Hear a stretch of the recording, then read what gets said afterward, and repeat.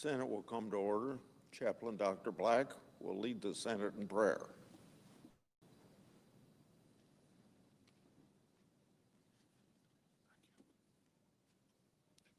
Let us pray. O God, who does wondrous things, blessed be your glorious name forever. Remake us in your image and bring our hearts under your control. Lord, infuse our senators with a love for you that will make their obedience willing, joyful, and consistent. Astound them with your limitless resources and supply all their needs from your bounty. Keep them humble with the conviction that they can't breathe a breath, think a thought, or speak a word without your mercy, grace, and power. And Lord, as the former chaplain of the United States Marine Corps, I thank you for the life and service of Robert S. Mueller III. We pray in your great name. Amen. Will you please join me in the pledge? I pledge allegiance to the flag of the United States of America and to the republic for which it stands, one nation, under God, indivisible, with liberty and justice for all.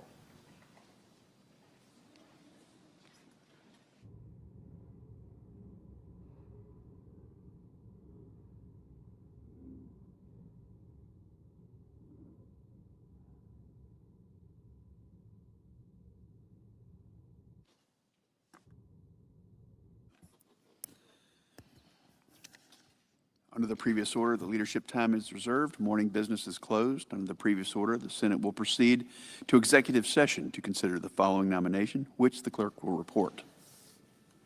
Nomination, Department of Homeland Security, Mark Wayne Mullin of Oklahoma to be Secretary of Homeland Security. Mr. President, Senator from Iowa. today I will vote for the new Secretary of Homeland Security. The entire Senate will confirm our colleague, the junior senator from Oklahoma, as the Department of Homeland Security Secretary. Senator Mullins is a welcome addition to the cabinet. He is a consensus builder, and most importantly, has Oklahoma dirt under his fingernails.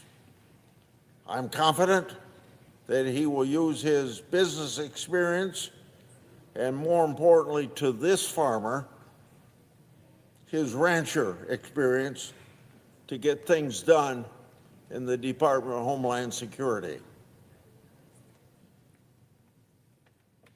I'm confident, as I talk to him today, about the importance of congressional oversight. And I hope he will take congressional oversight very seriously. My advice to him is be transparent and responsive to the American people. Answer our letters. Protect whistleblowers. Hear whistleblowers out. There's no way a secretary can know what's going on in the bowels of the department. And that's why when people come to you saying things aren't right, money's not being spent right, the law's not being followed, listen to them. And as I always say, run the department. Don't let the department run you. I wish Senator Mullin all the best as he takes on this new role. I know he will serve his country with distinction. I urge my colleagues to support his nomination. On another matter, Mr. President, in my years in the United States Senate, I've been a person very interested in the foster care system, serving the young people. So I'd like to recognize a meaningful initiative that the Administration on Children and Families, or ACF, launched called A Home for Every Child. ACF's A Home for Every Child initiative, quote, sets an ambitious goal of achieving a foster home to child ratio greater than 1-to-1 in every state, end of quote. I applaud this very ambitious goal, and I also have been working to beef up foster parent recruitment and retention efforts because kids in foster care deserve qualified, well-trained, and loving parents. My bipartisan Recruiting Families Using Data Act complements ACF's A Home for Every Child initiative by enabling state child welfare agencies to integrate best practices along with quality data. This will help ensure that foster youths and parents are best supported. When referring to raising a child, a common phrase is used, it takes a village. That phrase rings more true when a child experiences foster care. So I want to take this opportunity to thank First Lady Melania Trump for her work to modernize the child welfare system, and it will strengthen partnerships for youth aging out of foster care through the program entitled Fostering the Future for American Children and Family Initiatives. I also want to thank Assistant Secretary Adams for following through on his commitment to tackle foster recruitment and retention challenge that is tainting child welfare agencies nationwide. I look forward to continuing to work with the Senate Committee on Finance to advance recruiting families using Data Act. I yield the floor. Suggest the absence of a quorum. Clerk will call the roll. Ms. Elsa Brooks.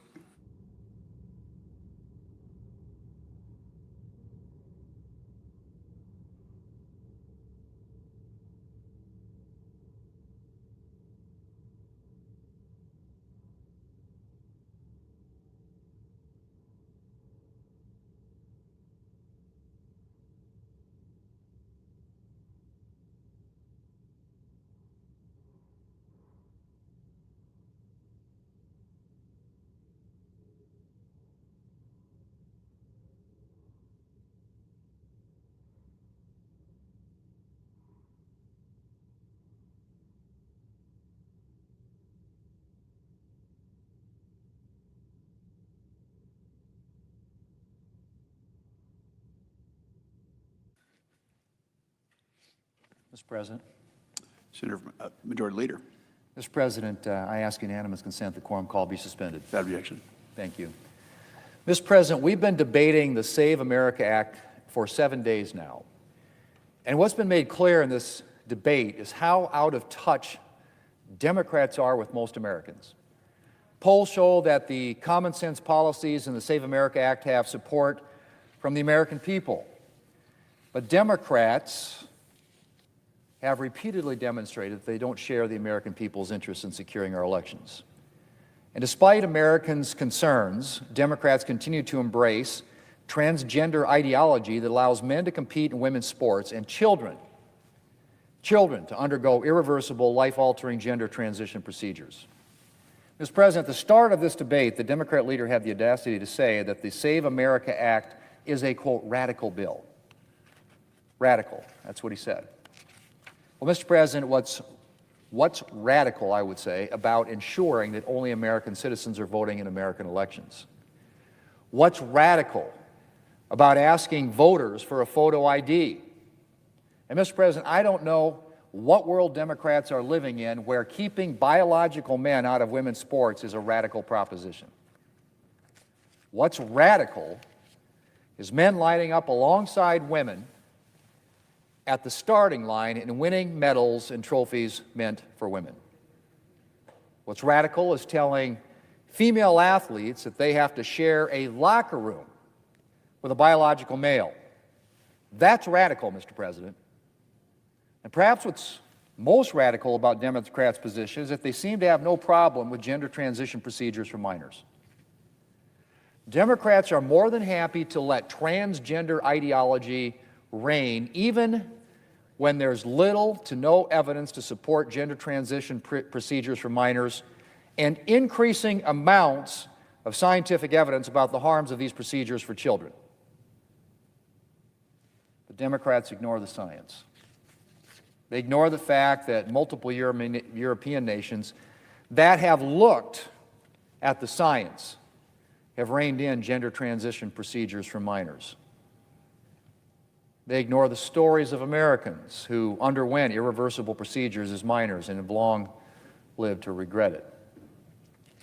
So, Mr. President, the Save America Act is not radical. Radically common sense, maybe. So common sense, in fact, that only congressional Democrats could oppose it. Mr. President, as debate continues on the Save America Act, Republicans are also working to advance two nominees for important posts in the Trump administration. One of those is Colin McDonald, whom President Trump has nominated to lead the new National Fraud Enforcement Division at the Department of Justice. Mr. President, fraud is a serious issue.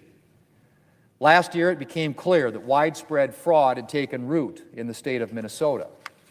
Prosecutors are working through cases and indictments related to at least $9 billion in fraud impacting 14 federally funded programs in that state alone.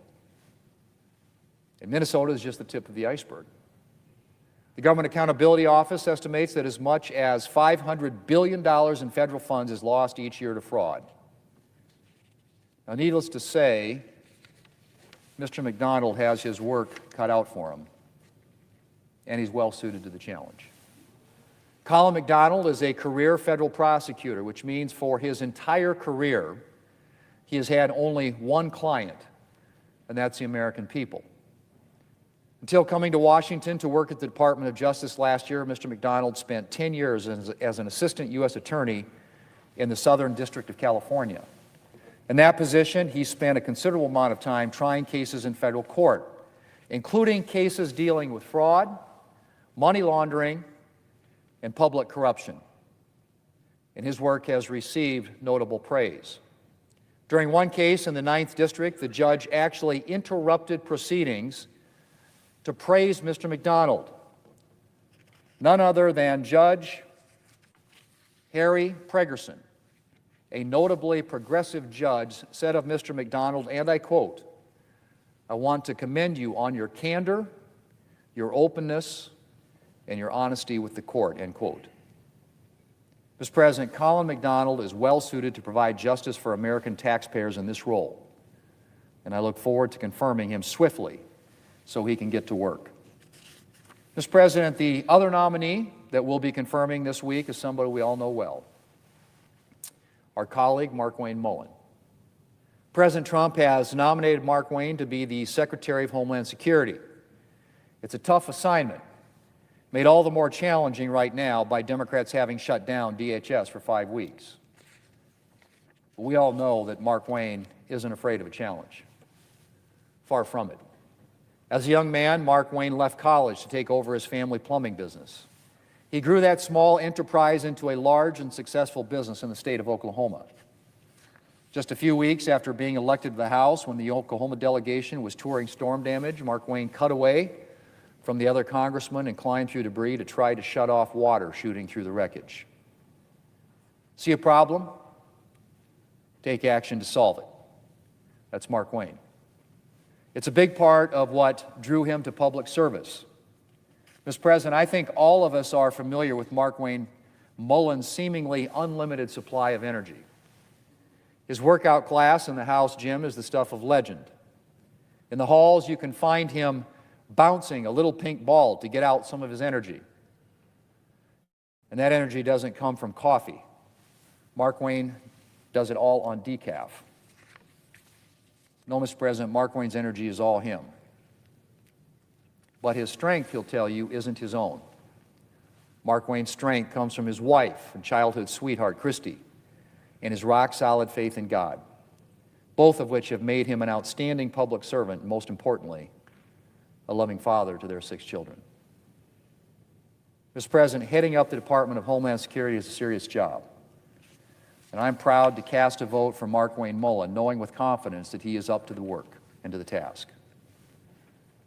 I know how much I've depended on Mark Wayne as a colleague and friend during his 3 years here in the United States Senate. And I'm profoundly sorry to lose him. But the Senate's loss is the Department of Homeland Security's gain. I want to thank Mark Wayne for his service here in the Senate and wish him the very best as he continues to serve our country at DHS. And I hope whoever gets assigned to his security detail is ready to keep up. Mr. President, I yield the floor, and I suggest the absence of a quorum. Clerk will call the roll. Ms. Elsa Brooks.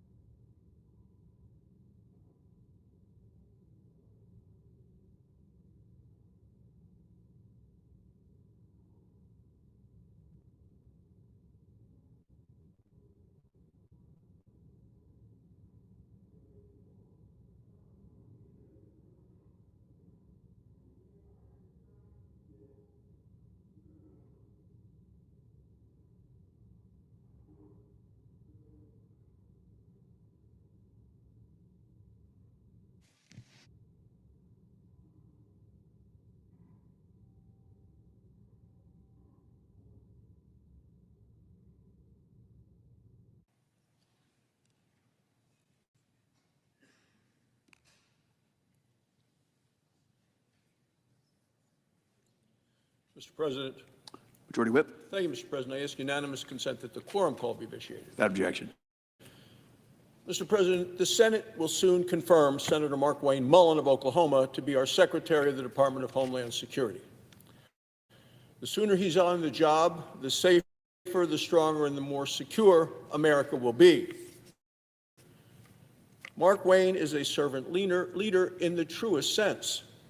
His hometown is Westville, Oklahoma, a population of only 1,300 people. He's the youngest of 7 children. When he was 20 years old, he stepped up to save his dad's plumbing company. He turned it into one of the largest in the state of Oklahoma. Mark Wayne is a father, a fighter, a Christian, and someone that others have known they can count on. He has served in both the House and the Senate of the United States. I'm fortunate to have worked closely with Mark Wayne on a day-to-day basis because he is a trusted member of our whip team. Mark Wayne is tough. He's hardworking. He works with others to solve problems. You always know where he stands. That's the way Mark Wayne Mullin is. On the whip team, he's played a critical role in passing the largest investment in American security in 40 years. He has been consistent in his commitment to enforce our law and to strengthen our border. Once confirmed, he's going to bring the same focus and urgency and consistency to lead that Department of Homeland Security. At his confirmation hearing, Mark Wayne laid out a clear vision. He said, "My goal is for people to understand we're out there, we're protecting them, and we're working for them." That's exactly what he should do, and it's what he will do. The Department of Homeland Security exists to protect the American people from danger.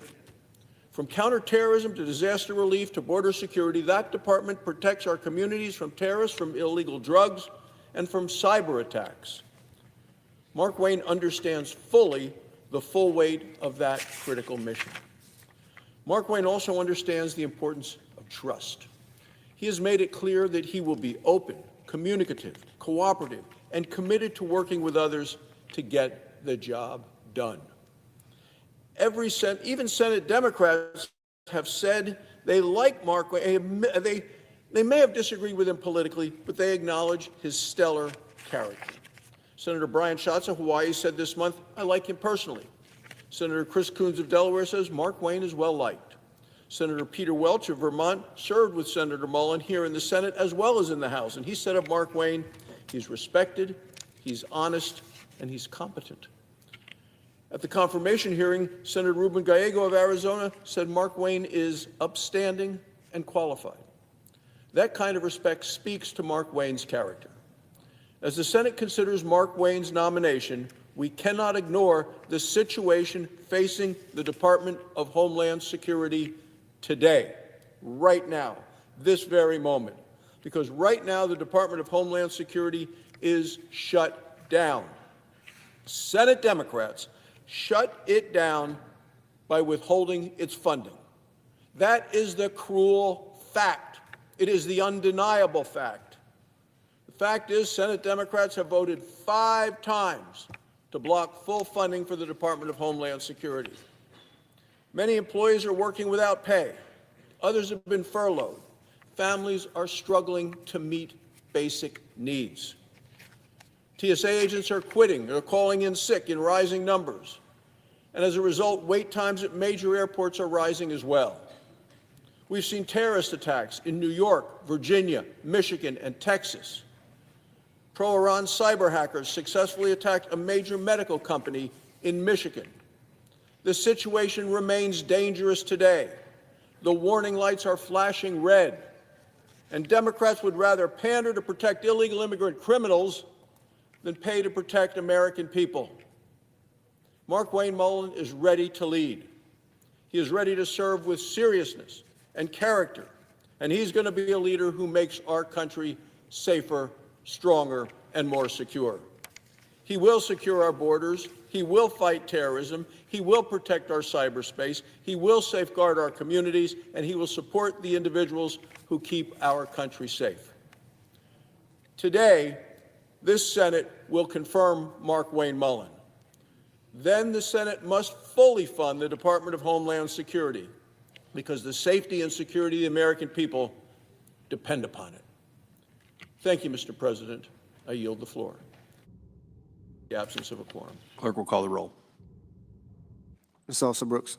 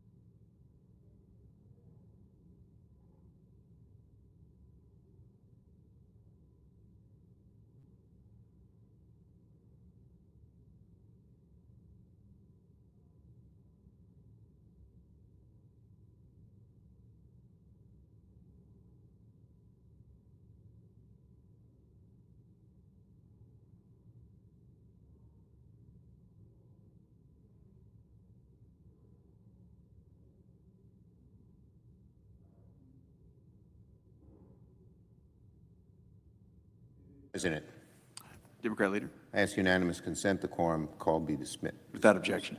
Okay. First, Mr. President, let me begin today by saying that my deepest prayers are with the families of the two pilots who were killed in terrible collision at LaGuardia Airport this morning. The video and audio of the collision were heart-wrenching. It's like a punch to the stomach when you listen to it. It leaves you gasping for air. I spoke with Chairwoman Hamidi of the National Transportation Safety Board, which has always done an outstanding job, impartial, in investigating these tragedies. And I spoke to Chair Hamidi earlier today, and she told me the situation is under investigation. She told me that over 25 investigators are on their way to LaGuardia right now to get to the bottom of what happened. We owe it to those pilots and their families to find out exactly how this accident was permitted to happen. And I will remain in constant communication with Chair Hamindi and the NTSB, as well as local authorities, as the investigation unfolds. My heart goes out to all of those affected by this tragedy. My heart goes out to the 2 pilots who were killed, and to all the passengers who were injured at LaGuardia.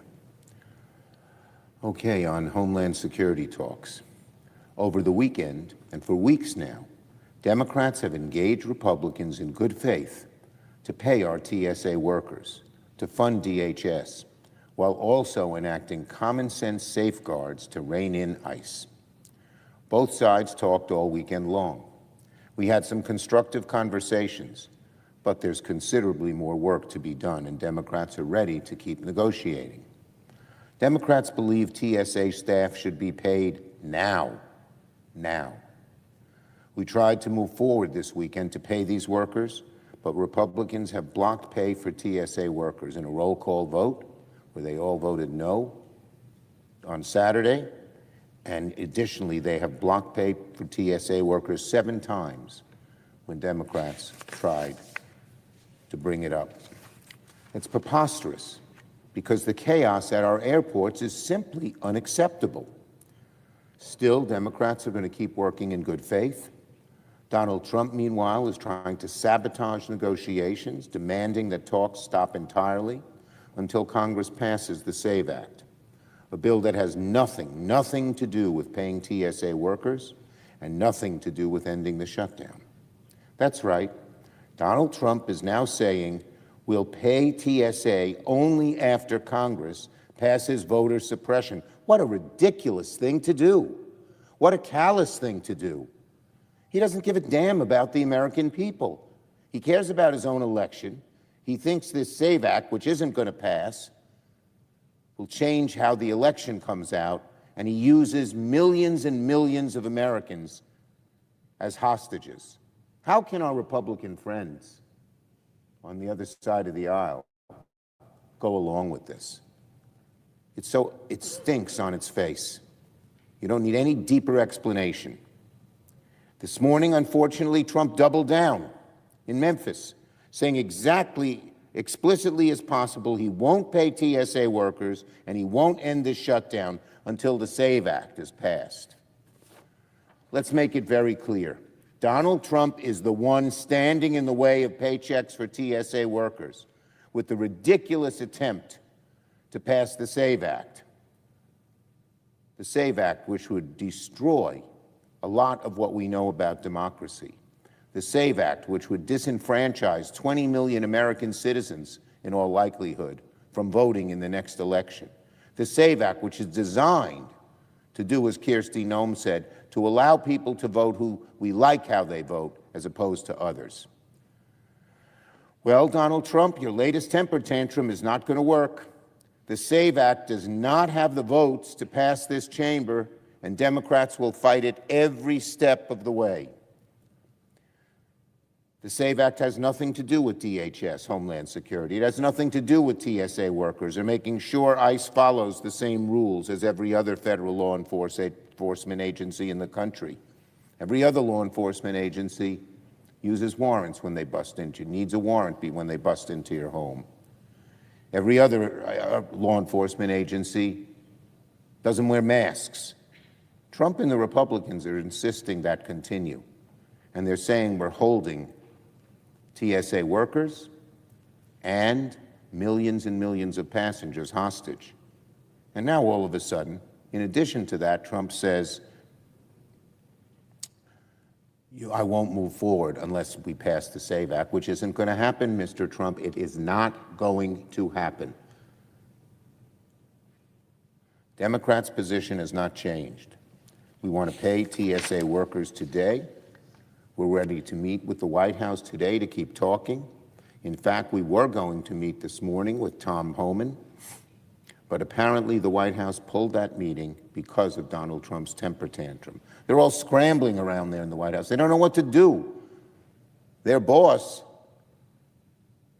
the president, comes out with these idiotic statements every day, whether it's related to the war in Iran, where he contradicts himself, whether it's related to the SAVE Act, where he doesn't even know what it does.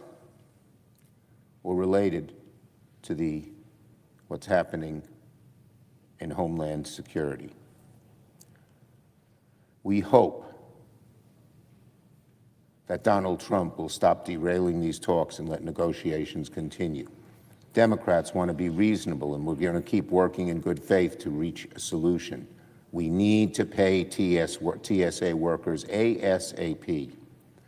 The American people want ICE to change its violent ways. They do not want a repeat kind of violence we saw earlier this year in Minnesota. They certainly do not want to see ICE detaining passengers at airports and making things work. Donald Trump is tying himself in a triple knot on the Iran war, on the SAVE Act, and on TSA workers. And he tightens that knot around his waist last night by saying ICE should go to the airports, and then by saying that he would not go forward unless SAVE Act passed. He's making it harder and harder for himself. He's making himself less and less popular with the American people, and he's causing tens of millions to wonder what is going on in that man's head.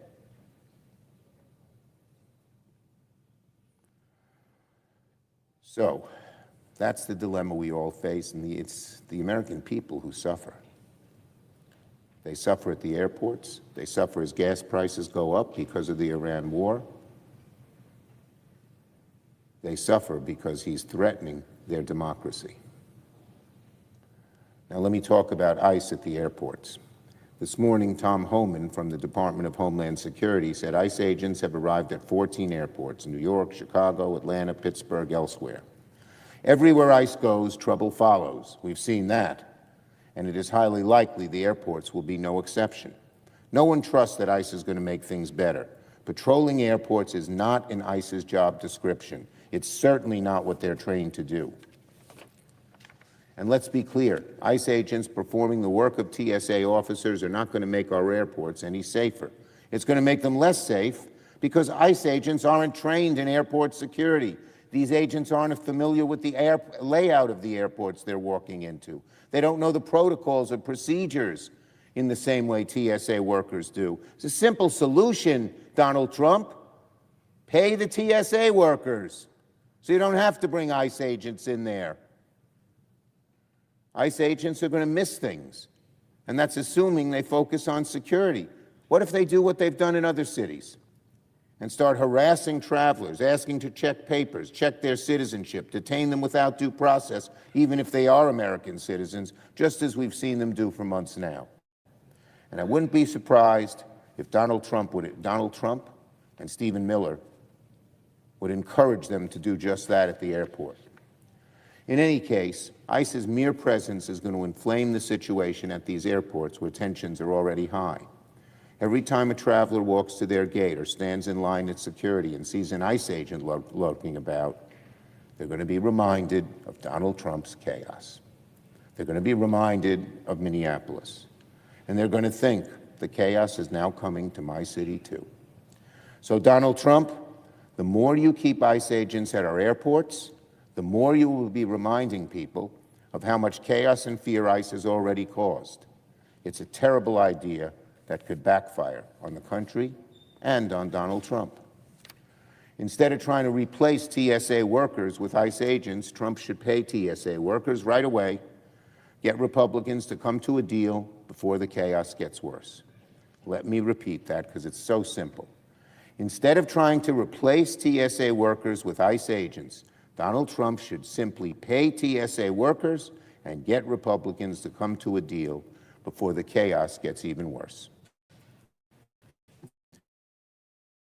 On Iran, Donald Trump's war with Iran now enters its fourth week. There's no end in sight. Instead of giving the American people a clear plan for how to move forward, the President of the United States, the Commander-in-Chief, continues, unfortunately, to flail.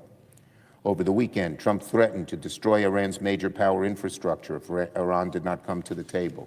Then this morning, after all the bluster and all the threats, Trump appeared to retreat, suddenly claiming there are major points of agreement with the regime, even as Iran flatly denies it and there are no diplomatic talks. What is going on here? This is not leadership from the commander-in-chief. He's either confused, lying, or both, and that's what always happens. Whatever pops into his head at the moment, he speaks. And 2 hours or 2 days later, if he has a totally contradictory thought, he says that one. That's not the way to solve our problems. That's not the way to get Iran to do what we want them to do. He must look like a flailing fool to many of them. A month ago, the national price of gasoline was $2.93 a gallon. Today, it's $3.94, up roughly $1 in a month. Who is to blame? One man, Donald Trump. And this increase in gasoline is one of the sharpest monthly spikes Americans have seen since Putin's invasion of Ukraine. Prices had been coming down. Then Trump started a war that most of the American people did not want, and he sent prices shooting back up. Enough is enough. Senate Republicans need to hold hearings and bring members of the cabinet under oath to explain exactly what's happening in Iran. We need accountability, we need transparency, but most of all, we need a strategy and an endgame, something Donald Trump's war with Iran is dangerously lacking. Yield the floor.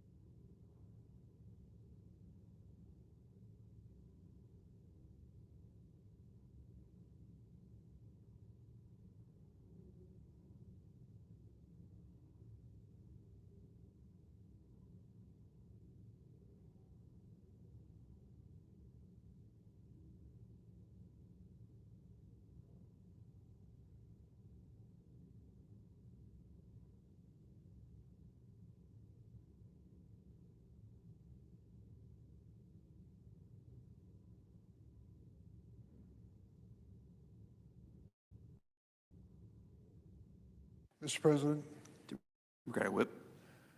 Mr. President, we in a quorum call? We're not. Thank you. Mr. President, today is the 16th anniversary of an amazing event in the history of the United States. Millions of Americans can remember a time when access to affordable health care was just not a reality in America. It was a time when you had a pre-existing condition, you or your family, you could be disqualified from any health insurance coverage because of it. And being uninsured was a reality for those who just weren't healthy and wealthy enough to afford it. 16 years ago today, it all changed when President Obama signed the Affordable Care Act into law, opening the door to quality, affordable health coverage for more than 30 million Americans. This transformed our healthcare system. Suddenly, no one could be denied insurance coverage because of a pre-existing condition. Addiction and mental health coverage were no longer optional, they were required in health insurance plans. And young adults could remain on their parents' plans until they reached the age of 26. Casting my vote for the Affordable Care Act is something I'm proud of and will never forget. But now, that law is under attack. Donald Trump and some Republicans in Congress have tried relentlessly to repeal the Affordable Care Act. They called it Obamacare, mocking it. And while they haven't succeeded outright, they've jeopardized its benefits for millions of Americans. Last summer, Republicans in the majority in Congress passed their so-called One Big Beautiful Bill, the Trump budget, which cut Medicaid by $1 trillion and slashed the Affordable Care Act by $300 billion, which will result in more than 10 million people in America losing their health insurance. Have you ever lived without health insurance with a family? You ever had a child who was sick and you had no health insurance? You'll never forget as long as you live. I've been there.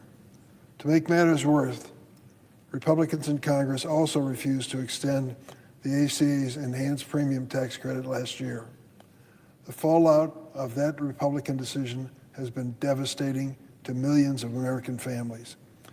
They've contacted my office and the office of every one of us, with both parties, and explained to people what happened to their health insurance premiums because of that decision in the Trump Big Beautiful Budget Bill. Millions of Americans have had to forego insurance or watch their premiums double or triple. The peace of mind that the Affordable Care Act brought to millions of Americans is fading away, and we must build the momentum to reverse these cuts and address the shortcomings of our healthcare system. I want to work with my colleagues on both sides of the aisle to improve healthcare for everyone, but we need buy-in from our Republican colleagues to move forward, something they have refused to do to this point. Mr. President, on a separate subject, today the Senate will vote on the nomination of our colleague from Oklahoma, Senator Mark Wayne Mullin. If confirmed, he will serve as the next Secretary of the Department of Homeland Security.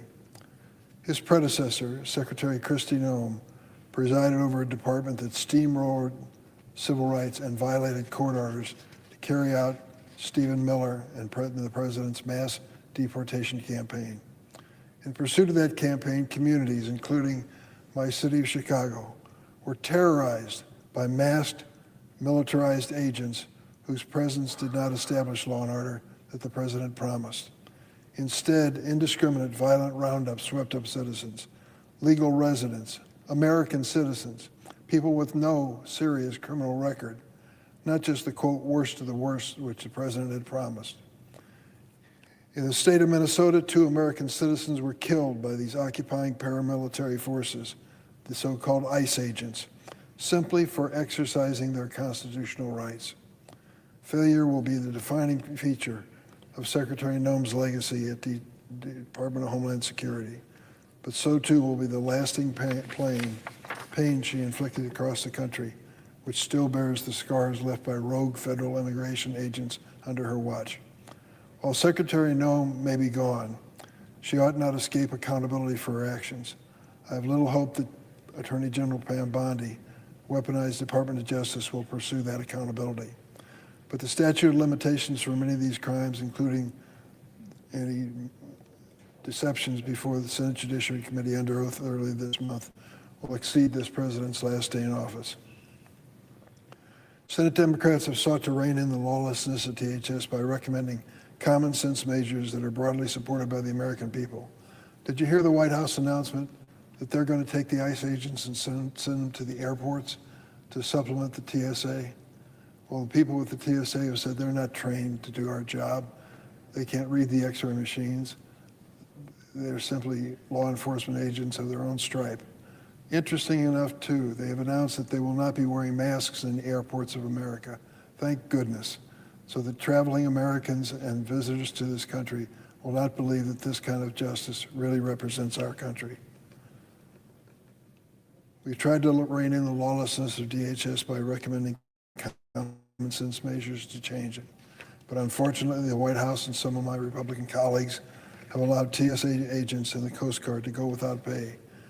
On 9 or 10 separate occasions in the last several weeks, we've come to the floor of the United States Senate, the Democrats, offering to fund the entire Department of Homeland Security, but for those 2 sections for ICE as well as CBP. We're going to fund the others, which would include TSA agents who've missed a paycheck. And each time a Republican senator has stood up and objected. If they would not object, the payment would be made. We'd catch up with the payroll of these people who are performing these valuable law enforcement functions. Same thing holds true for Coast Guard and FEMA and CISA. We're not asking for much. Democrats have said repeatedly that in the meantime, we'll work with the administration for new standards for ICE that are consistent with law enforcement across the United States. How many state troopers in your state wear masks when they stop people on the highway? None of them. So the demands that this ICE agencies should be treated differently than professional police forces across America just doesn't make sense. And we've said that while negotiations continue, we'll be prepared to fund the rest of DHS. Senate Republicans have blocked us in that effort 10 times, all while our chaos at our airports grow. Yesterday, the president reportedly rejected a bipartisan offer brought to him by the majority leader, the Republican leader of the Senate, which would fund all of the Department of Homeland Security except for ICE. President Trump wants Senate Republicans to hold DHS funding hostage until the Senate passes his Save America Act. I'll save my speech on that terrible bill for another day. Instead of taking the deal, the president announced via social media that he would deploy ICE agents to airports, as I mentioned earlier. That directive caught officials at ICE off guard, and they were forced to scramble to piece together some plan. This was just amusing of the president. He announced it, and now they have to try to make it work. In response, the flight attendants union said, the introduction of ICE agents into airports creates contradictory missions, as attempts to question passengers about immigration status may distract them from ensuring airport security. They continue, there's one solution that immediately solves the problem at our airports. Pay the people who are already trained to protect us today. I support that completely. We've tried 10 times on the floor of the Senate. I hope this week we'll try again. The people who are working TSA deserve it.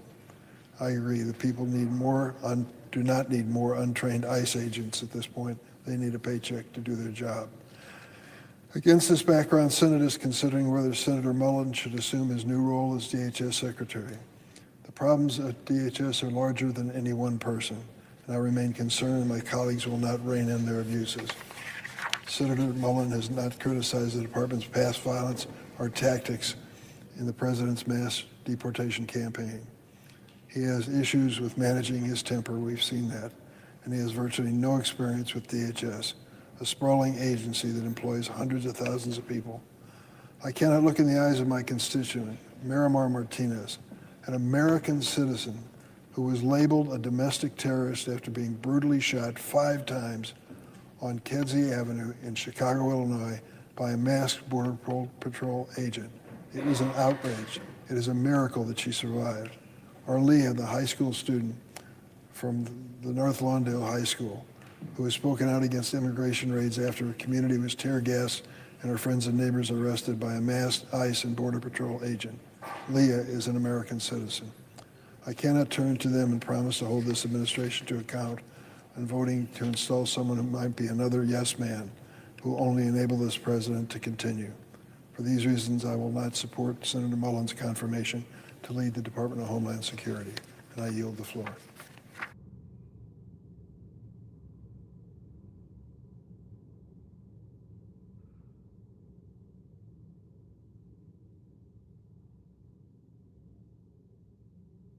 Mr. President, I note the absence of the quorum.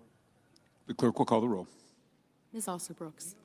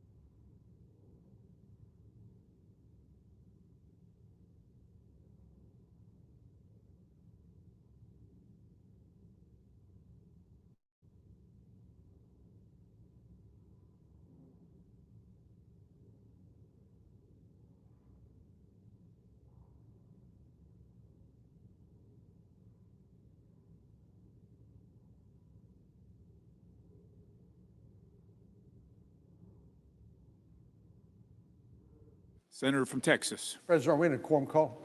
Yes, I'd ask consent that the quorum call be dispensed with. without objection. Mr. President, this week we kick off the 2026 Major League Baseball season.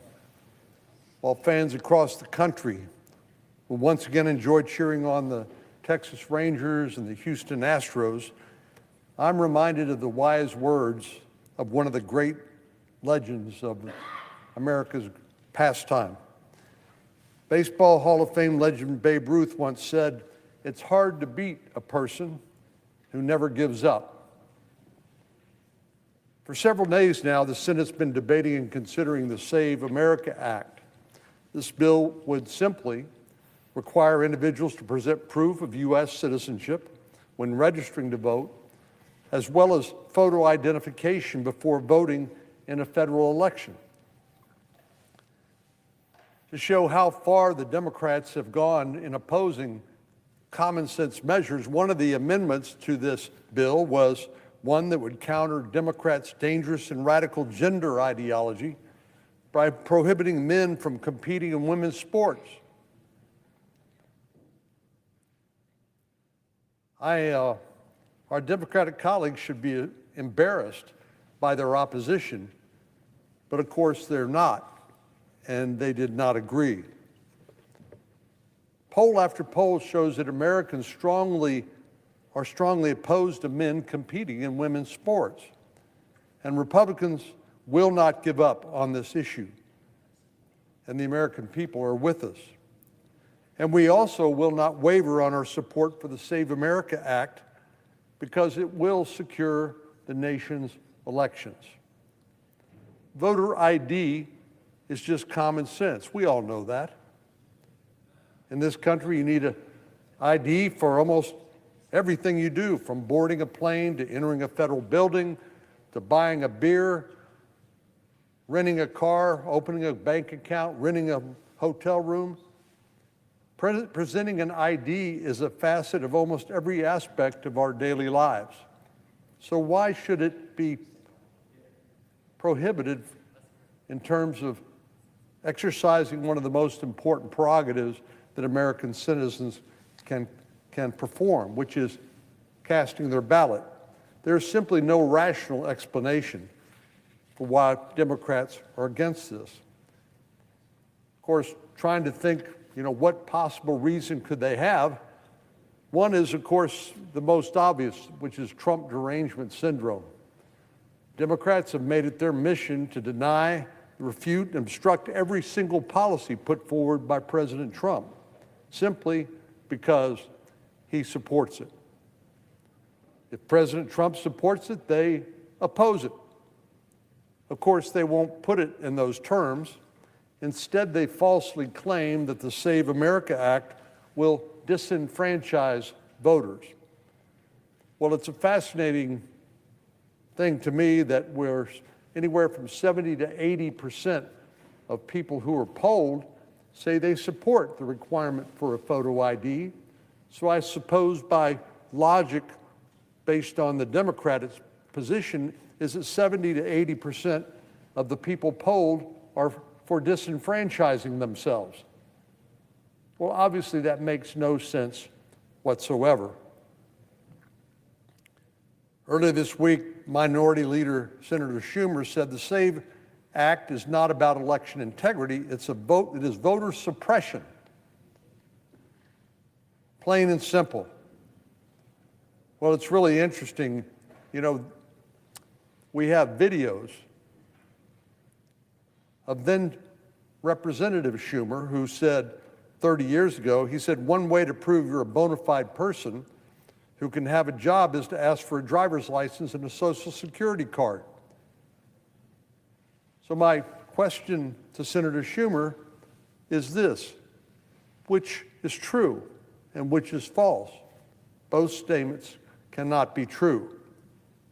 It seems that Senator Schumer is of two minds on this topic, depending on his political expediency. But we all know what's going on.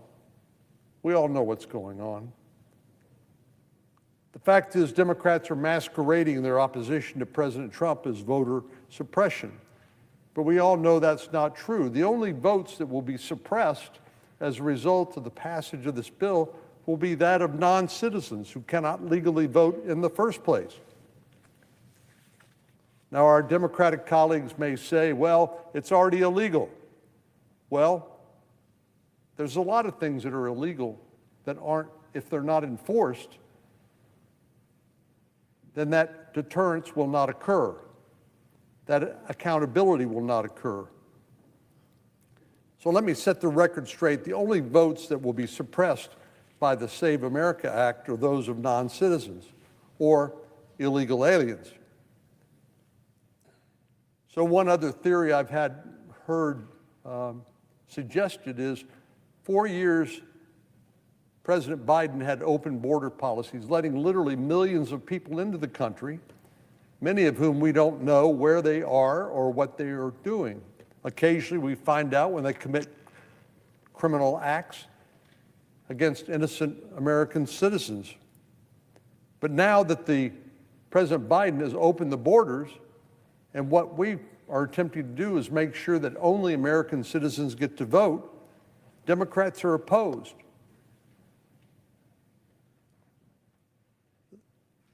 The only reason why Democrats, beyond Trump derangement syndrome, would oppose this is because they want the people who came in during the 4 years of the Biden's open border policies to be able to cast a ballot.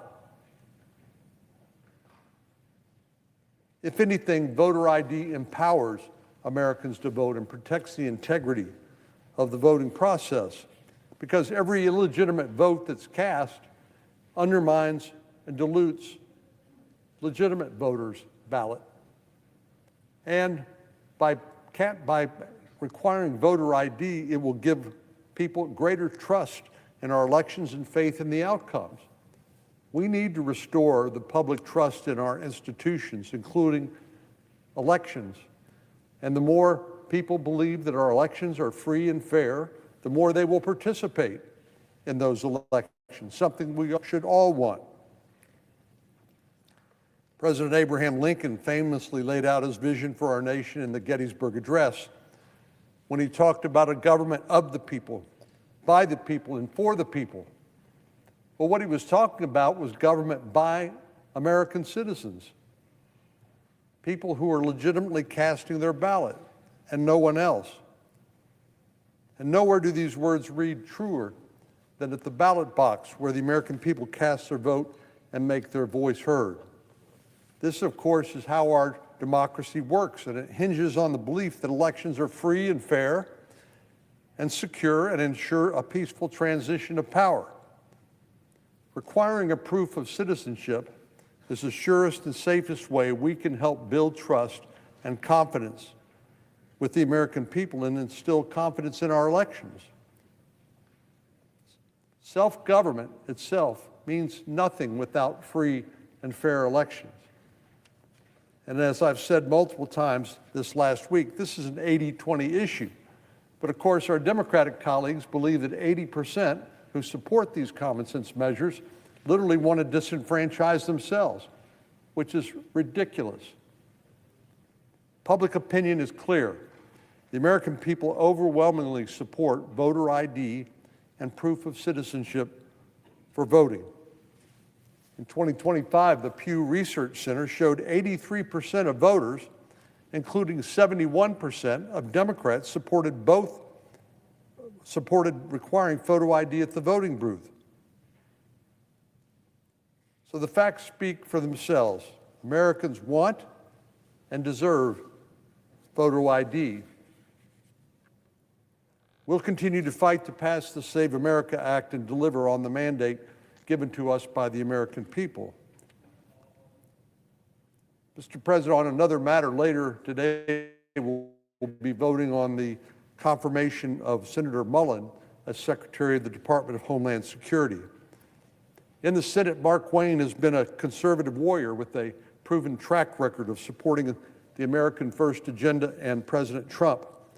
He's been dogged in advocating for the good of his home state of Oklahoma, and I have every confidence he will carry out the same spirit of zeal and unwavering determination in his new role overseeing the Department of Homeland Security.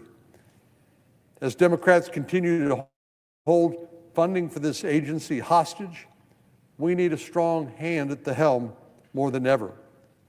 We know that what the Democrats are doing in blocking the payment of appropriations for the Department of Homeland Security is endangering public safety in a number of ways.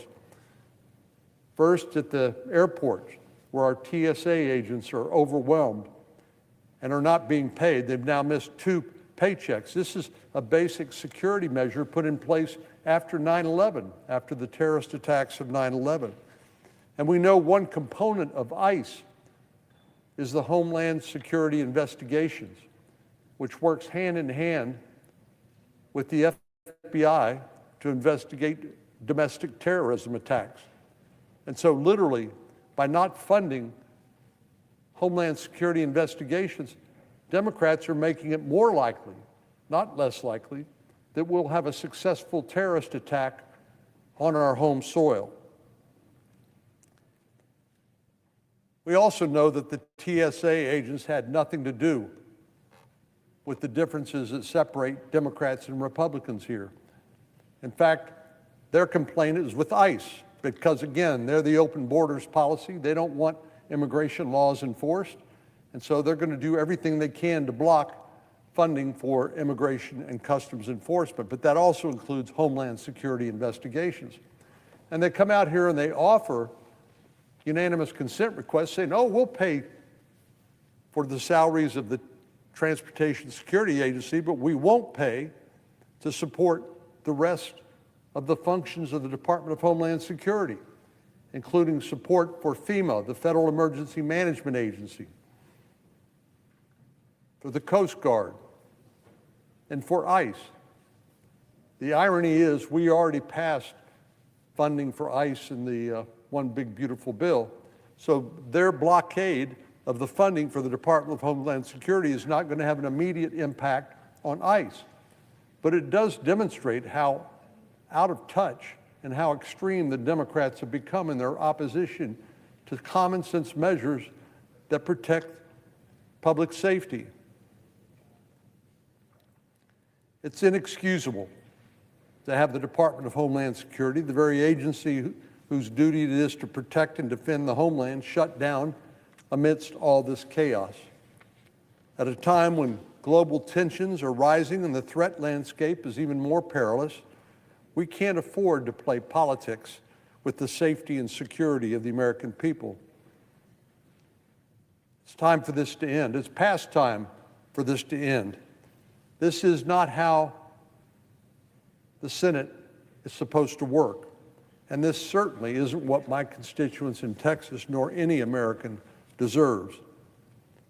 So my hope is that the negotiations that are ongoing right now will be fruitful immediately, and that we will reopen the Department of Homeland Security, not for the good of any political party, but for the good of the American people.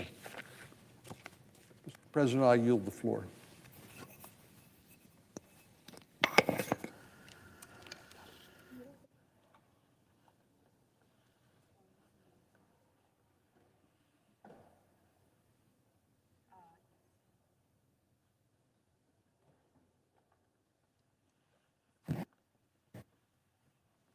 President, Senator from New Jersey. I noticed the absence of a quorum.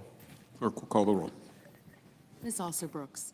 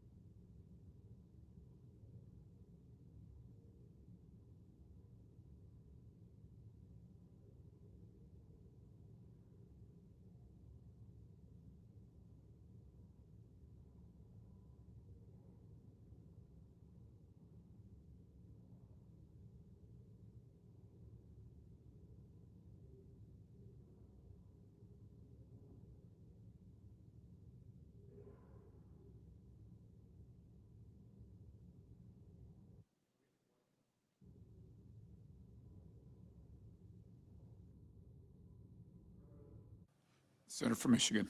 President, I move that the quorum call be initiated. Without objection.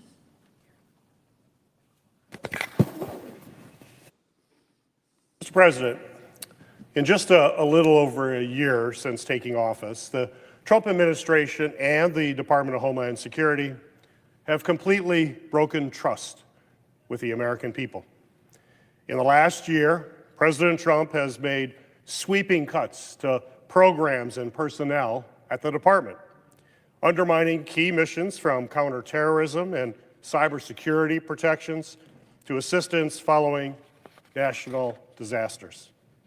These actions are putting the safety and the security of Americans at risk at a time when many of the threats the department was created to address, like terrorism and cyber attacks, are on the rise because of the president's war in Iran. These cuts to critical national security missions have all been at the expense of the Trump administration's singular focus on indiscriminate immigration enforcement that has led to serious disruptions in communities all across our country. It was only 2 months ago when the country watched in horror as 2 U.S. citizens, Alex Preddy and Renee Good, were killed by Homeland Security law enforcement officers. We saw with our own eyes how officers have routinely deployed tear gas and pepper spray against Americans who were simply exercising their First Amendment rights. Secretary Noem's leadership at the department has been a disaster, and Americans want to see a course correction. But I'm not convinced that one change in leadership is enough to right the ship. President Trump and advisors like Stephen Miller are continuing to drive so much of the chaos at the Department of Homeland Security. When the president nominated Senator Mullin to lead the department, I came into the process with an open mind. However, I do not believe that he is the right person for the job. We need a secretary who has a clear understanding of the department's many different missions and a keen awareness of the challenges that the department faces. We need a secretary who's a steady leader, who won't rush to judgment without having all the facts, and who won't add fuel to the fire when there is a crisis. At a time when political violence is rising, we need a secretary who will condemn violence, not encourage it. And we need a secretary who can be trusted to be transparent and open with information to both Congress and the American people, especially when an emergency strikes. Unfortunately, I have not seen the nominee exhibit these desperately needed characteristics in his confirmation process. And I urge President Trump to reassess his administration's prior record, nominate someone who will help return the department's focus to all of its critical national security missions. We need someone who will be more than just another rubber stamp. We need someone who will be thoughtful, deliberate, and work to restore the trust of the department. Therefore, I will be voting no, and I urge all of my colleagues to do the same. Mr. President, notice the absence of a quorum. Clerk will call the roll. Ms. Alsobrooks.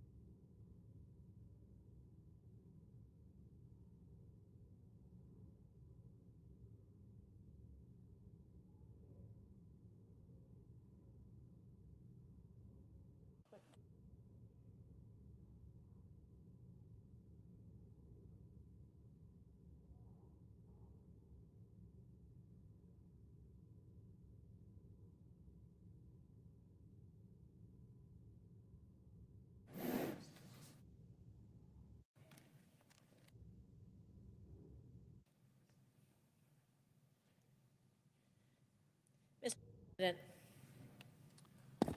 recognizes the senator from Nevada. Mr. President, I ask that the quorum call be dispensed with.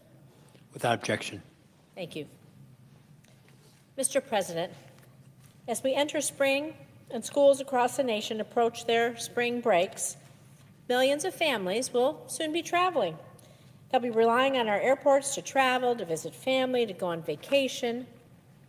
But unfortunately, they'll be met with longer lines because Washington Republicans refuse to pay our TSA agents. That's right.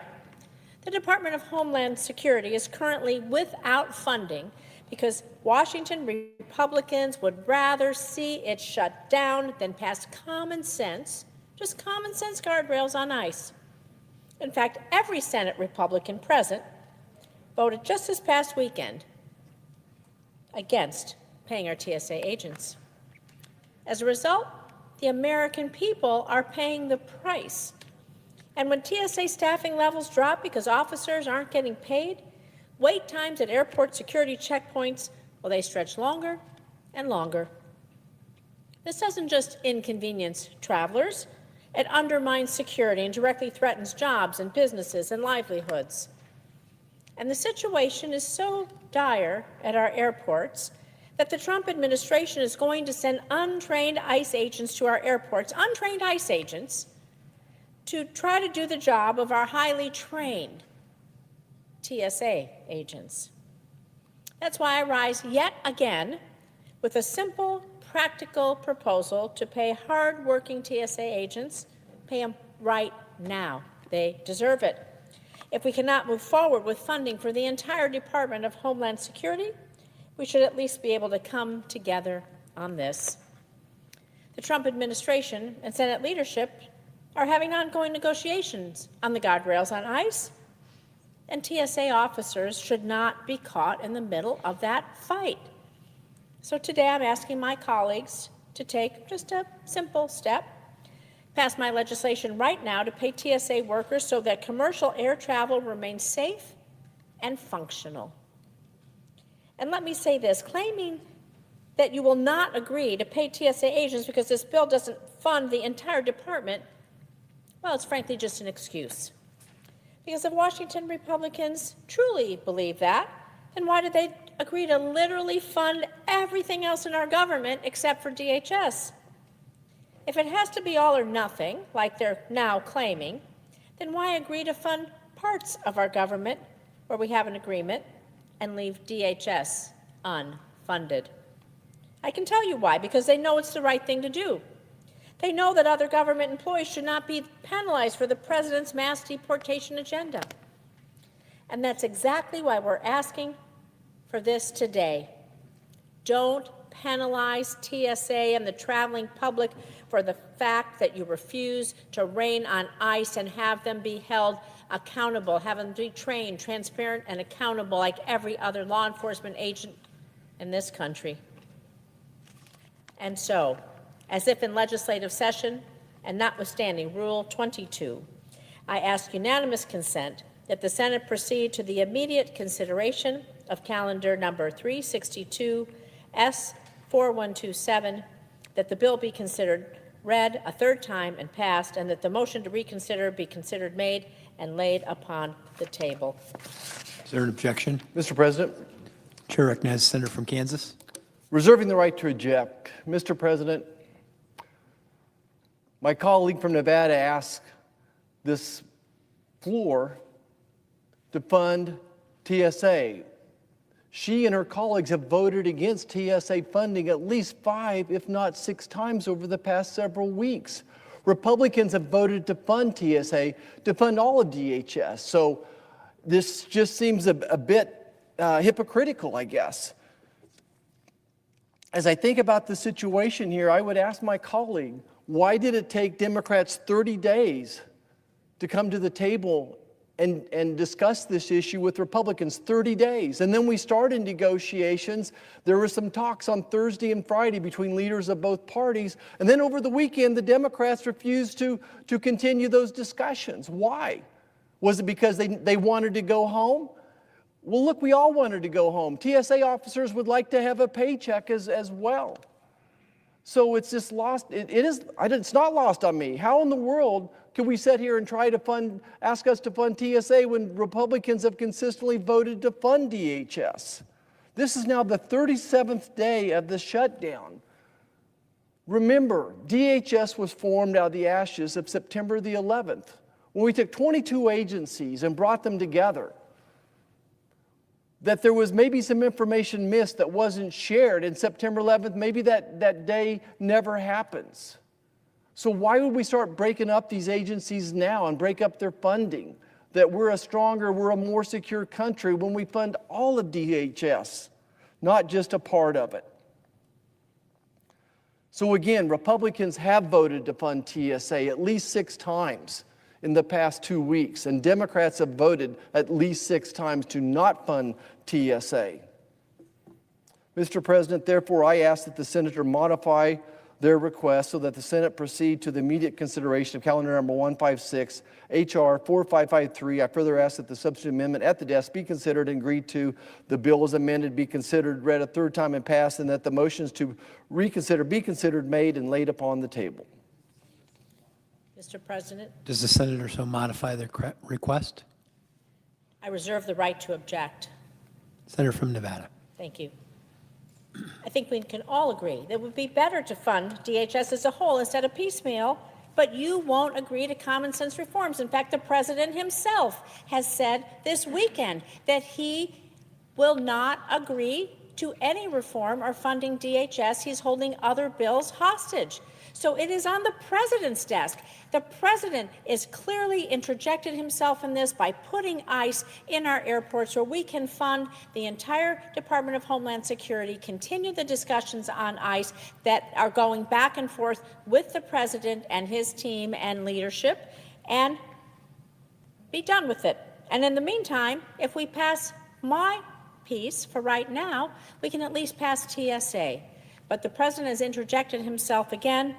He doesn't want guardrails, and so I want to just at least prevent those TSA agents from missing another paycheck in the meantime, get ICE out of our airports, and therefore I object.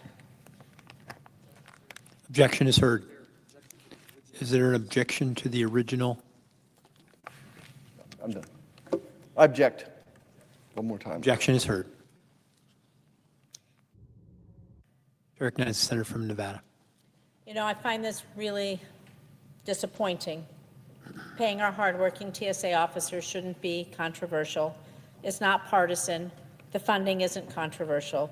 People in my state and every state waiting 3 hours, maybe more than that. They're missing their flights. And everyone here has the power to do something about it. My Republican colleagues have the power to do something about it. They don't have to wait for the president. So if Washington Republicans, my Senate colleagues, really want to do what's right by their constituents, by the TSA workers, you would have passed my bill to pay TSA officers instead of punishing them and the American people because of your inaction. I yield the floor.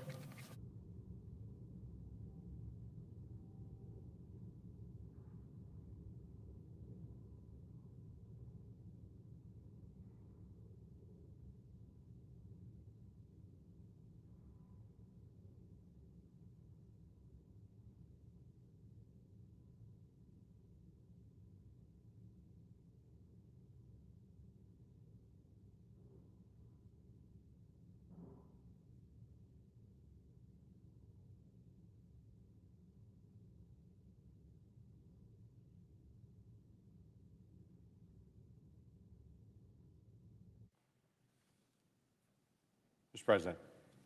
I recognize the senator from Oklahoma. Mr. President, I ask unanimous consent to waive the mandatory quorum call with respect to the McDonald nomination. Without objection.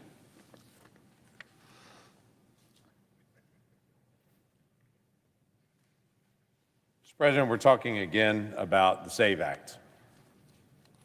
This simple piece of legislation focuses on 2 key ideas. That if you're an American citizen, which is required by law, you just show it. I call that the trust and verify portion of the bill. The 1965 Voting Rights Act begins with the statement, all citizens. It is already required under federal law that you have to be a citizen of the United States to vote. We've all agreed on that. There's no one disputing that. Republican, Democrat, Independent, we all agree American citizens are the ones that should decide the future of America. What we disagree on is, should we check?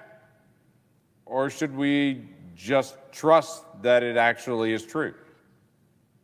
I've shared in this body before that in Oklahoma, we passed a statute several years ago saying that if you go to jury duty and you tell a judge, I'm not eligible to be able to serve on a jury because I'm not a citizen in the United States, in Oklahoma, we then check to see if you're registered to vote. And we found quite a few folks that tell a judge, I'm not a citizen, but told the election board, I want to vote anyway. Well, that's not legal, but in Oklahoma, we purge the voter roll when that happens to be able to make sure those individuals that have already given sworn testimony they're not a citizen are not also registered to vote. That's not true everywhere across the country. Lots of folks just say, we just trust, but we never verify. We actually don't clean up the voter roll at all. There are some states that's really fascinating to me, like Arizona. Arizona has a state law in place right now that says every person that registers to vote must also prove their citizenship. This already exists right now. New Hampshire has a law that says every person that registers to vote has to show they're a citizen. This is not crazy policy. This is already happening in some of our states right now, that they have to be able to show they're a citizen. In Arizona, though, it's a very interesting thing. In Arizona, you can register to vote for a state election or a county election, and you've got to be a citizen. But if you want to vote for a federal election, you don't have to show that you're a citizen. You want to talk backwards. This was a case that broke out there in a court case for them where they established, oh no, you've got to show that you're an American citizen to vote for the governor of Arizona, but you don't have to show that you're an American citizen to vote for the President of the United States. If we can figure out how to be able to do registration, to be able to protect the rights of individuals in Arizona, to be able to vote for their governor if they're an American citizen, surely we can do this all over the country. The Save America Act is simple. It just says it's already the law that you have to be an American citizen to vote. Let's just verify it. The state of New Hampshire is not trying to limit the number of people voting. They're just following federal law. Then the second part of it, pretty simple. You have to show ID to vote. Now, 36 states already have this requirement. Let me just run through what this means. There are already 36 states that say you have to show an ID. Now, some of them are very narrow that they say you've got to have a specific type of photo ID on that. That's Arkansas.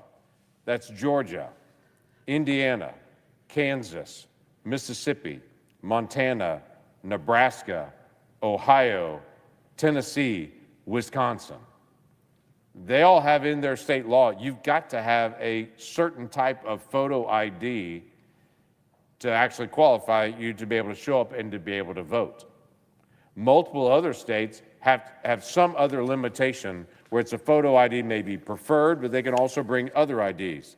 That's Arizona, North Dakota, Utah, Wyoming, Alabama, Florida, Idaho, Iowa, Kentucky, Louisiana, Michigan, Missouri, New Hampshire, North Carolina, Rhode Island, South Carolina, South Dakota, Texas, Washington State, West Virginia, Alaska, Colorado, Connecticut, Delaware, Hawaii, Oklahoma, Virginia, and Pennsylvania.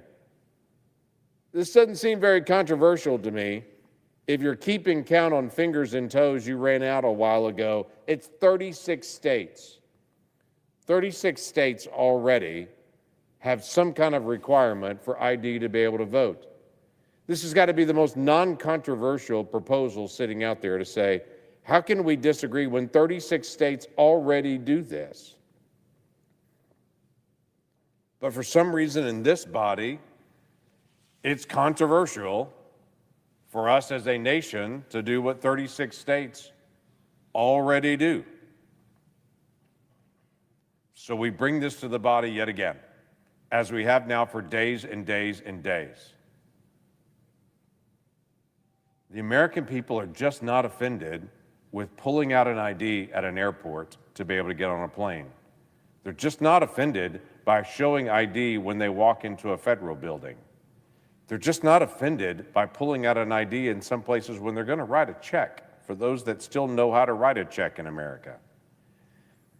It's just not that offensive to be able to pull out some sort of identification. And state after state after state have shown this doesn't limit the number of people that can show up to vote. It just limits the amount of fraud that can happen in that state when people vote. You just can't walk up to a polling place and say, my name is, and pick a name. You've got to show something with your name on it to vote. It's pretty straightforward. 36 states already agree, and they've already put this in practice. So all we're trying to say is, can we continue this as federal law? I think we can. Not just saying it's federal law, but actually verifying that it's actually applied. I'm a big fan of the phrase trust and verify. That's all that this does. I would hope at some point we'd have a breakthrough here. But in the meantime, I'm going to continue to be able to come back and to say, why can't we all agree on what most Americans nod their head and say, that's a pretty good idea, and just get it done? Mr. President, I yield the floor, and I would note the absence of quorum. Clerk will call the roll. Ms. Also Brooks.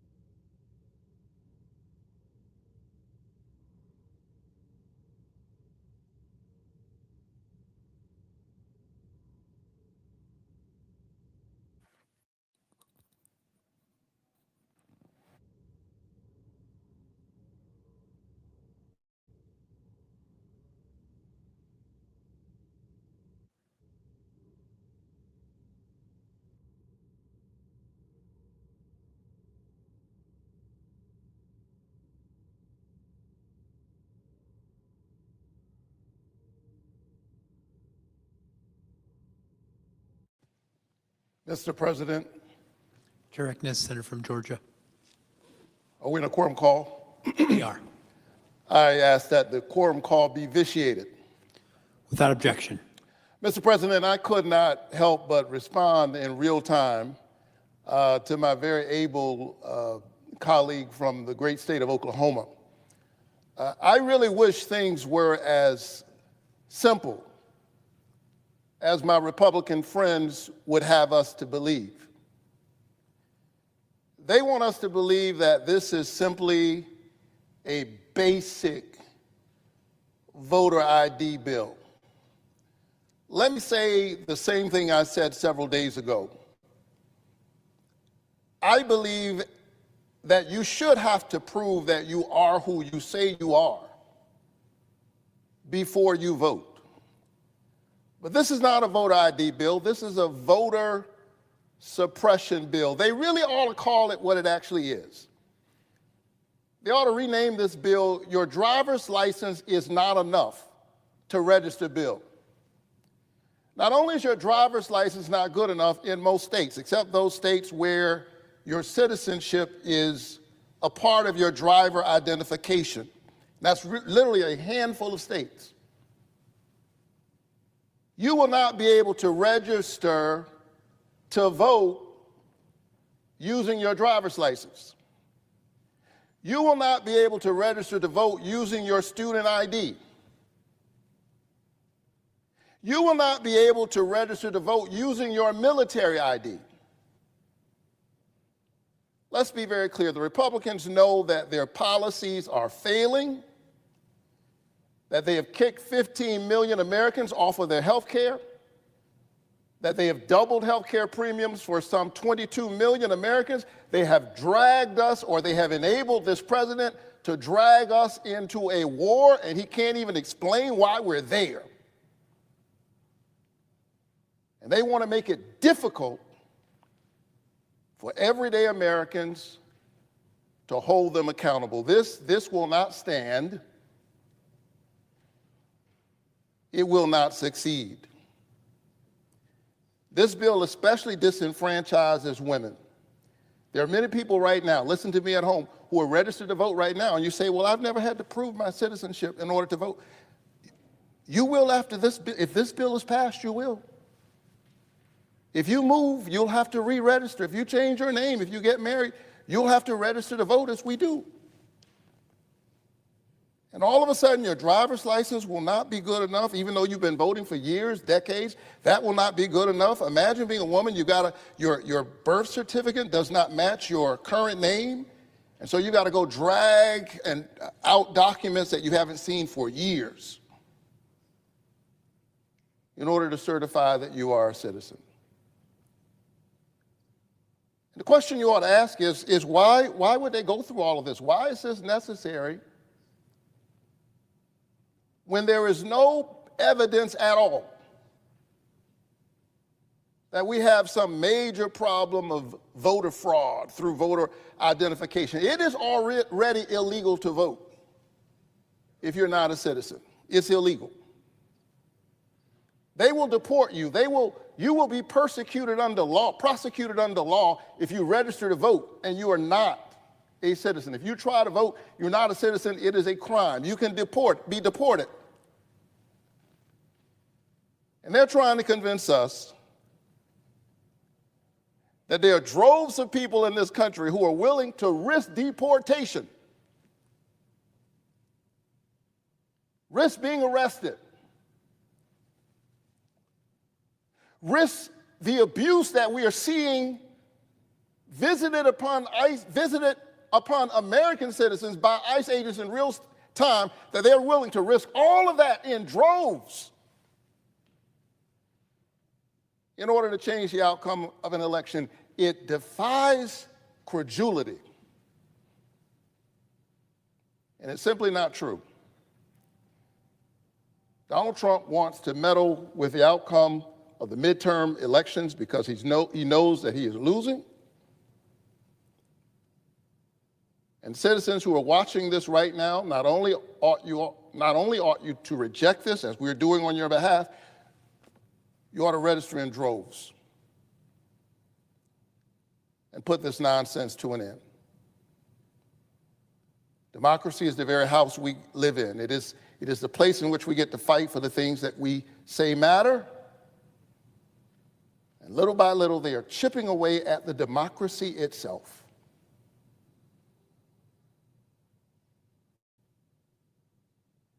Let the people speak. Let people cast their votes without having to jump over all kinds of unnecessary barriers. Why would you disenfranchise hundreds of thousands, millions of Americans while chasing a problem that does not exist? Why are you so afraid of the voices of the people? I ask my friends on the other side of the aisle. The most powerful words in a democracy are, "The people have spoken." And we must ensure that no voter suppression bill prevents them from speaking. I yield the floor.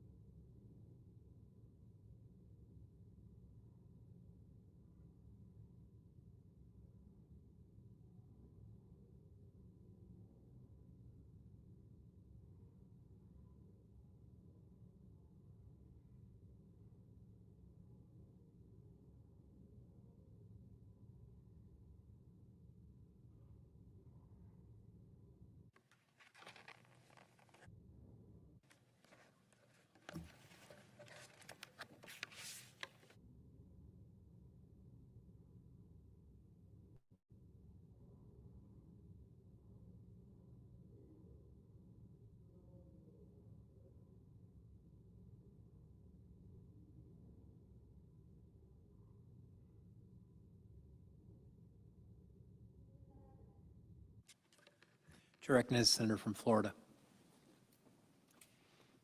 Mr. President, I, like you, I know, are incredibly frustrated at the lack of funding to one of our most important agencies in the nation, the Department of Homeland Security. And due to my Democratic defund, disorder colleagues, the political antics that they have thrown up to block funding to this incredibly important agency is being done at the expense of protecting Americans. We are now in week 6 of an ongoing DHS shutdown. And while our country is actively fighting an adversary in the Middle East, it leaves our homeland vulnerable to attacks. Thousands of DHS employees have now missed multiple paychecks because of the show. And at the same time, security efforts around the Capitol are being increased. So Democrats get to hide here in Washington, in the Capitol, safe and sound, while blocking funding to individuals around the nation who can help protect Americans and keep our country secure. Let's not fool ourselves. Floridians, Americans alike know that my colleagues on the other side of the aisle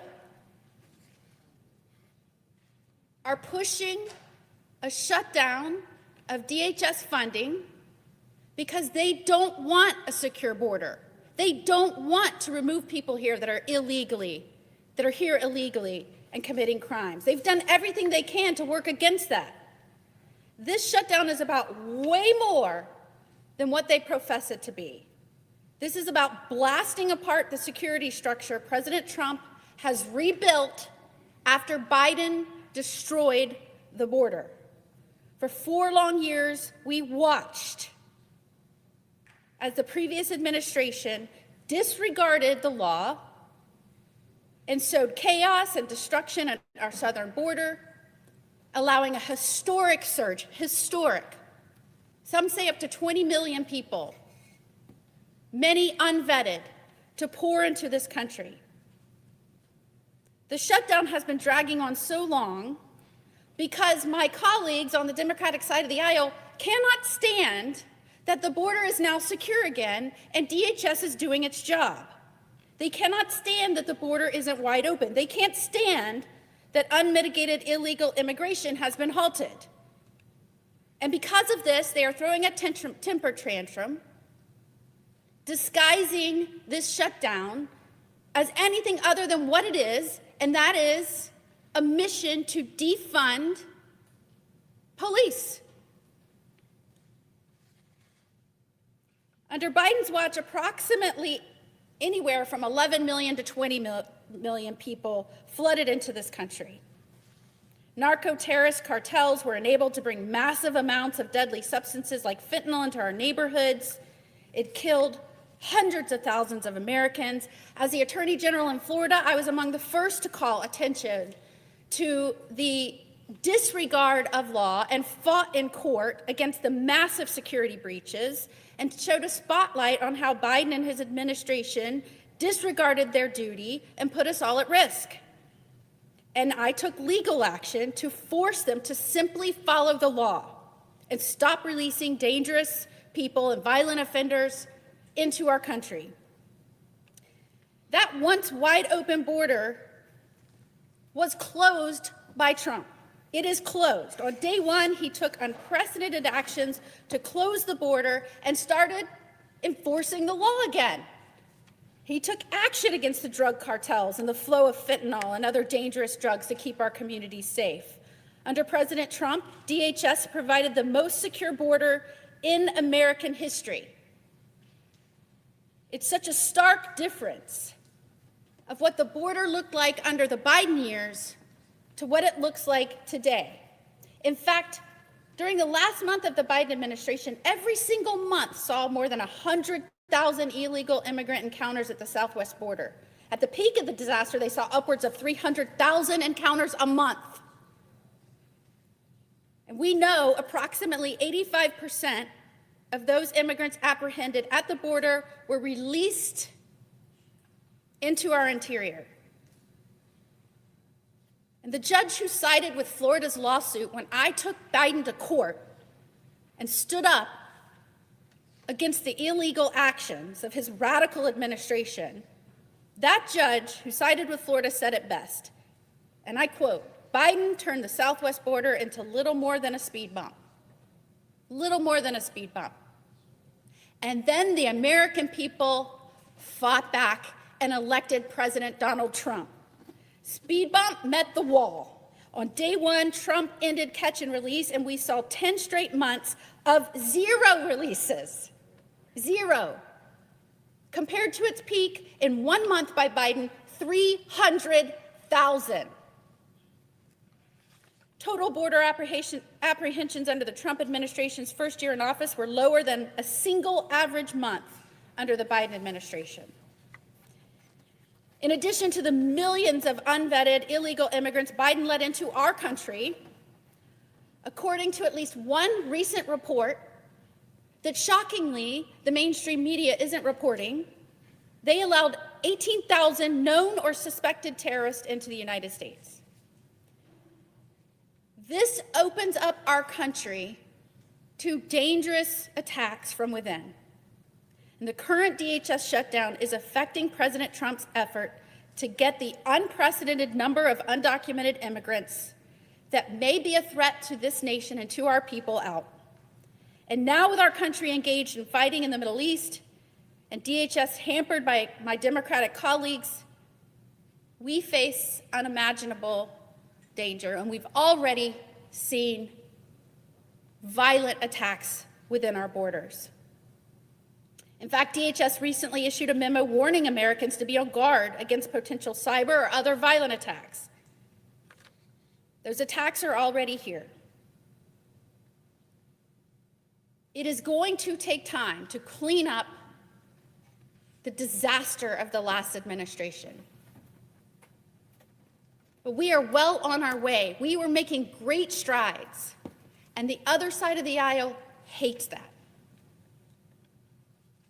We know that U.S. Immigration and Customs Enforcement has been instrumental in preventing terror threats, removing more than 1,500 known or suspected terrorists.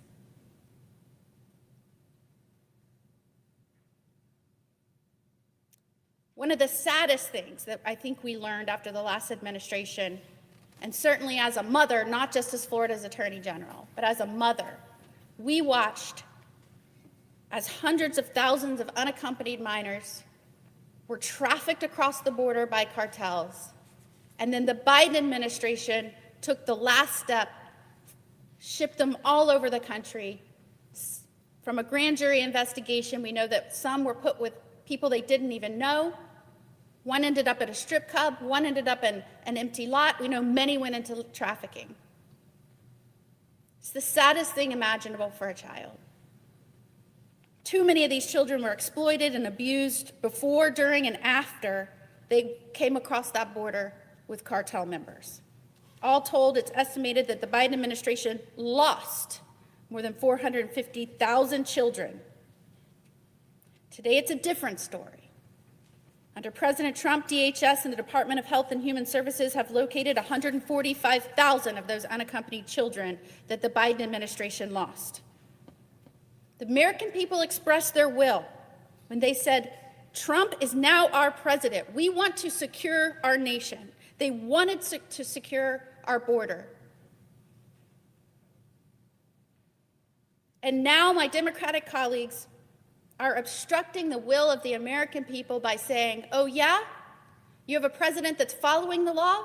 You have a president that's taking seriously his duty to protect this country and our communities? Well, watch what we do now. We're going to defund the police.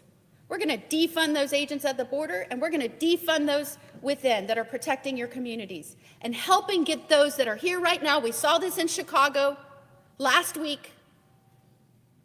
A murder by someone here, led in by the Biden administration, here illegally, of a young college student again, and they want to tie the hands of the law enforcement officials charged with getting them out. That is nothing more than defunding the police that have taken oaths to protect you and your family. Someone needs to remind my colleagues across the aisle that the American people are our bosses. They want a safe border. They want safe security, safe communities.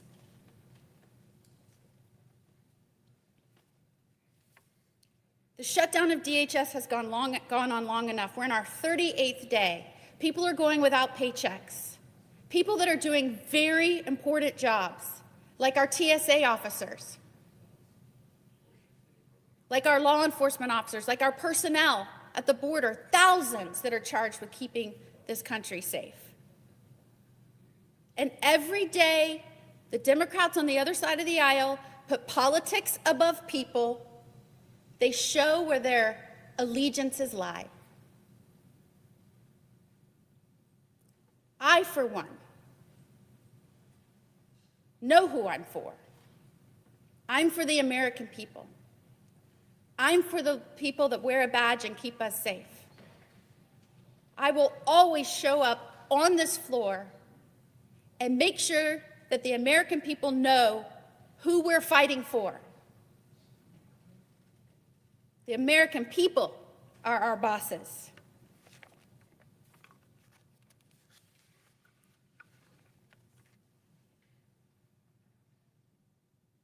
It's time we stand up for this country and for its people and put it first. And put simply, Mr. President, I implore my colleagues on the other side of the aisle to remember why they're here, to remember the country that they profess to serve and the people they profess to serve. Put them first, and let's fund DHS. Thank you, Mr. President. I yield back.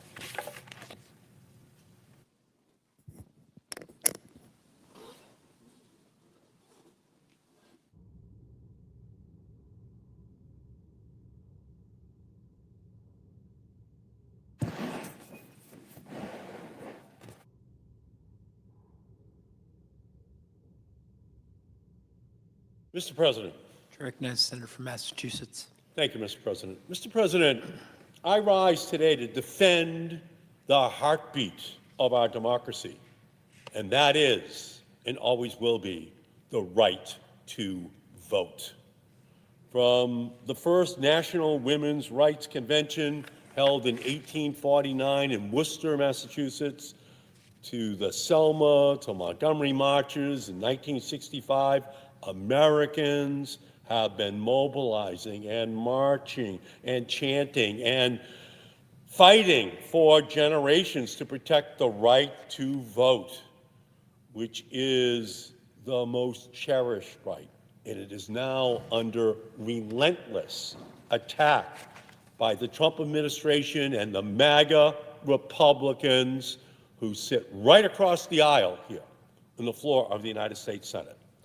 And that's why we are here today, because when you can't win by the rules, you have to sabotage. You have to manipulate the game. That's what this bill is all about. It's not the Save America Act.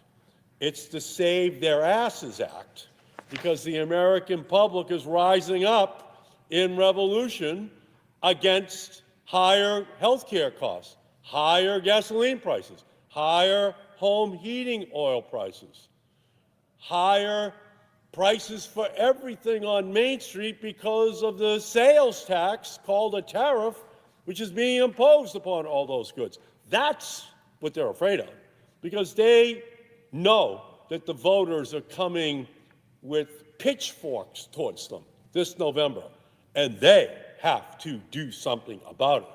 So they call it the SAVE Act.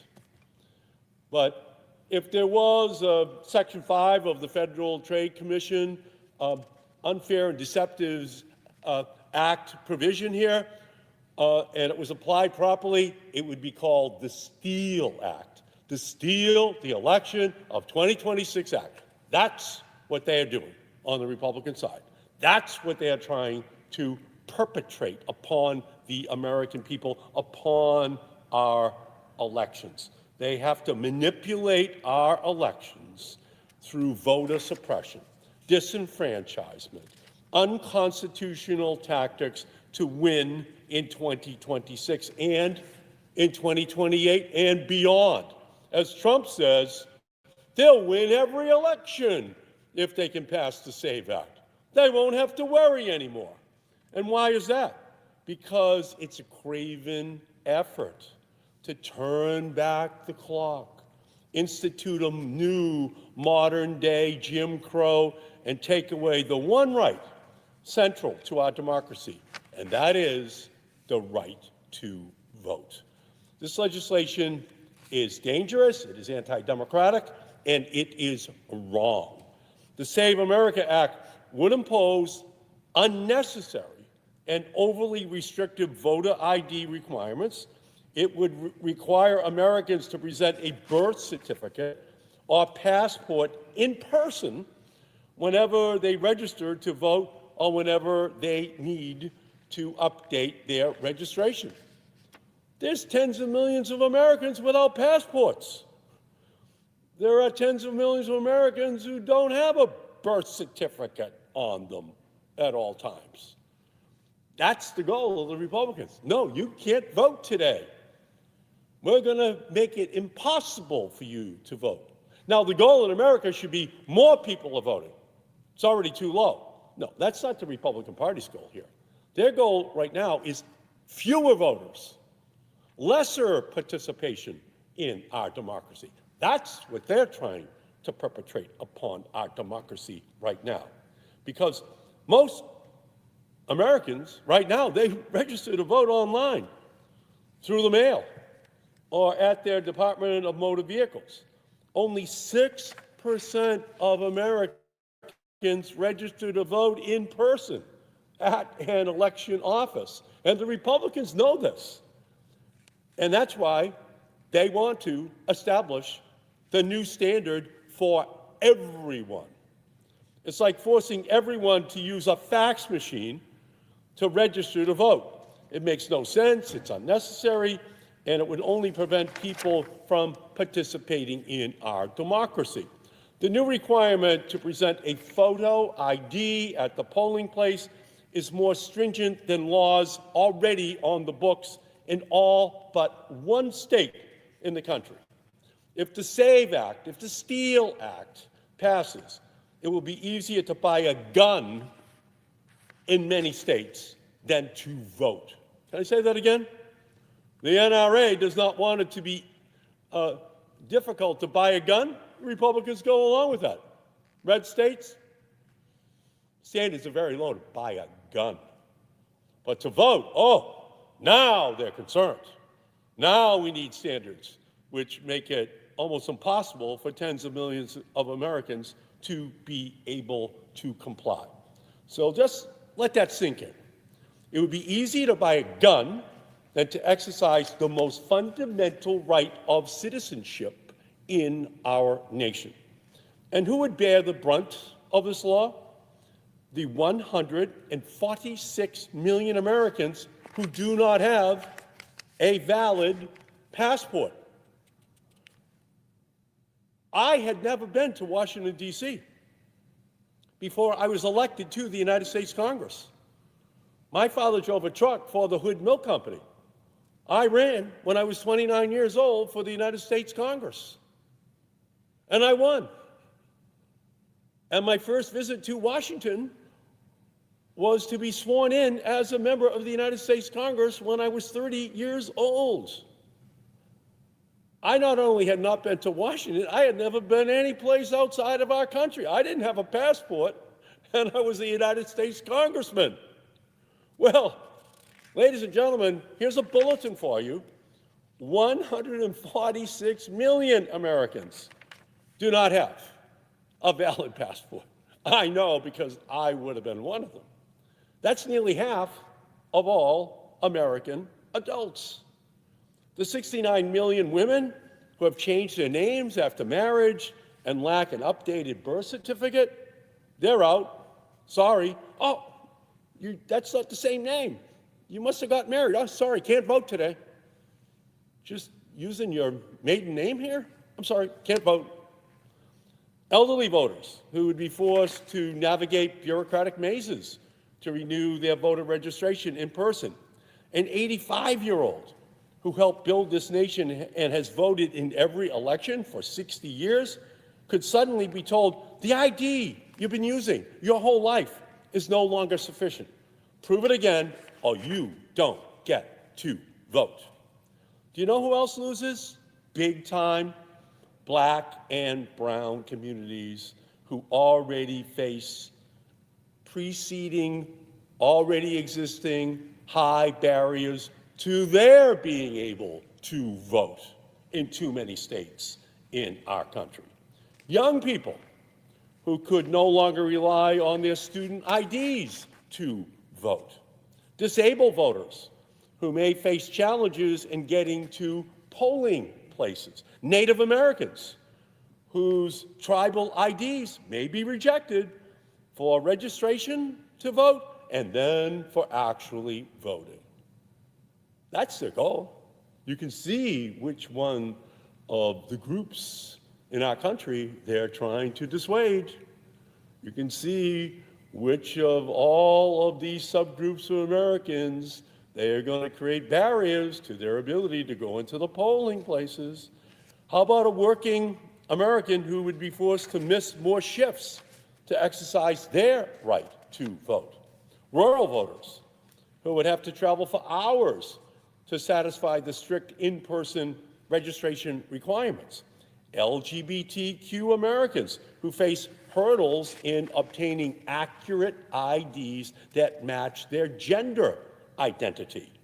So instead of free and fair elections, it is bought and paid for elections.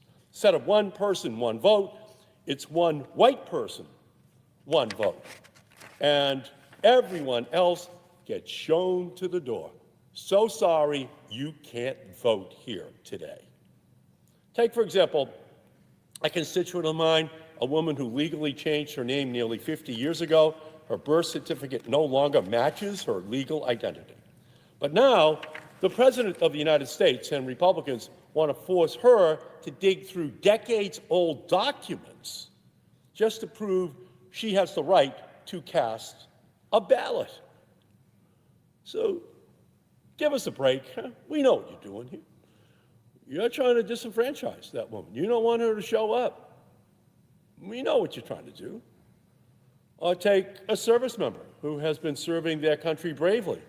Under the SAVE Act, under the Steal Elections Act, a military ID alone would not suffice to prove citizenship because non-citizens can also serve in the military. Can you imagine that? Somebody has served for 2 years, 4 years, 6 years, 20 years.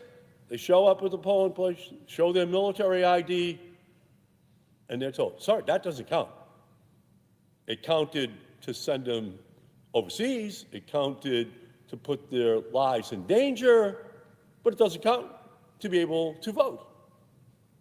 Well, this is, without question, all part of a pattern which has been created by the Republicans, and we had a hearing today in the Supreme Court just as a continuation of that plan to reduce participation in elections in our country, because without, for example, that military official who is now standing there trying to explain why they should be able to vote, they have to provide a military record of service showing the United States as the place of their birth. And without that document, a service member who's been risking their life on behalf of our country may find themselves shut out of the voting process. So under this bill, a service member can deploy overseas, carry classified credentials, the top secrets of the United States, defend our democracy, but come home and be told their military ID is not sufficient for that service person to engage in our democracy after they've spent their entire life protecting us and they have a military ID to prove it. Or take a young person who just went off to college and is eager to become a first-time voter. The student hasn't yet left the country and has never had a passport, and under the Save America Act, they're also not allowed to use their student ID. But by the time they apply and receive their passport, the voter registration deadline has passed, and they won't be able to cast that first ballot they were so excited about. So just think about that. The student is in one of our great universities across the country. They think that they're going to be able to register and vote where they're going to school, and they have a student ID, and now they're told you cannot vote. You have to get a passport, which that student has never had. Let's take a single working mom who just moved home. This new law might force her to re-register to vote in person due to her address change. Although she has the required documents, she is unable to find the time between her shifts and taking care of her children to visit an election office in person.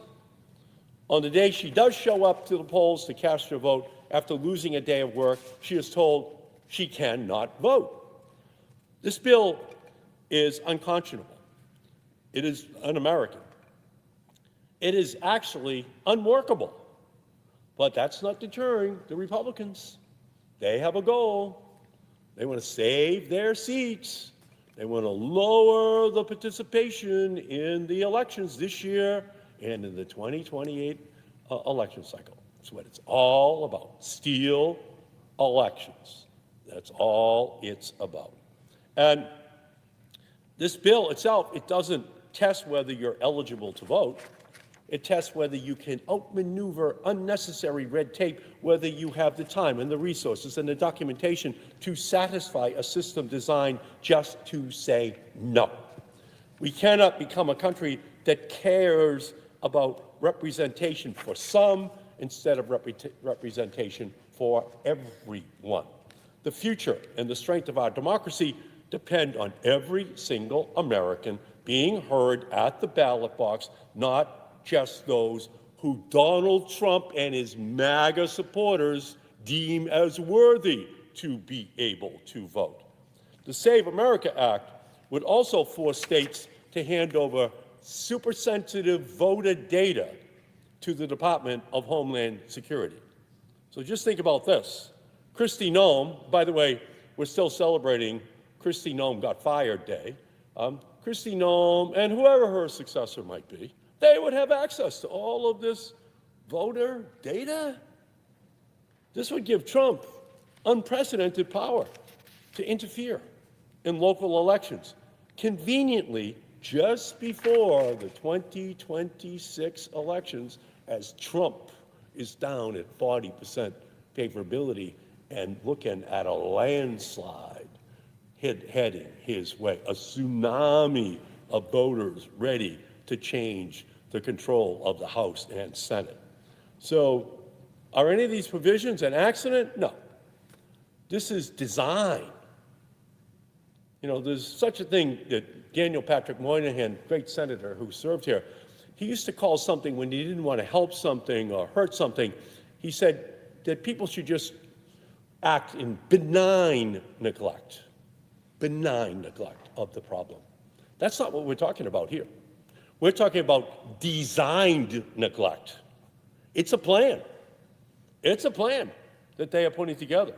The Save America Act, the Steal the Election Act is a calculated effort by Trump and MAGA Republicans to erect barriers between American citizens and their fundamental democratic rights. Republicans can claim that this bill is meant to combat voter fraud or to prevent non-citizens from voting, but the truth is that non-citizens already cannot vote in state and federal elections. They run the risk of criminal prosecution if they vote in our country. In this climate, with the way the immigrant community is being terrorized and targeted, the last thing non-citizens want to do is to register with the federal government to vote or to open themselves up to criminal penalties because they are not qualified to vote. It is absolutely absurd to think otherwise. States already implement many checks to ensure that only citizens are allowed to vote. And despite numerous studies and audits and investigations over the years, it has been determined that non-citizens voting is very, very, very, very, very, very, very rare. It is not a problem. I'll tell you what is a problem. High oil prices, that's a problem. High health care prices, that's a problem. High tariff taxes on small businesses by the millions across our country, that's a big problem. Inflation going up, that's a big problem. Unemployment going up, that's a big problem. Are we debating that on the floor? Are the Republicans having hearings on the Iran war? Are they having hearings on skyrocketing oil prices? No, they're not. They're having the Senate now for over a week debate something that is very, very, very, very, very, very, very rare. And they're trying to make a big crisis out of it. Why is that? Because they want to misdirect everyone's attention away from the real crises of oil and healthcare and Iran and tariffs and all the other messes which they have created this year. It's strictly a distraction. It's a wag the dog. It's to take everyone's attention away from the actual issues that are harming families in our country right now, on which we have no hearings. None. None.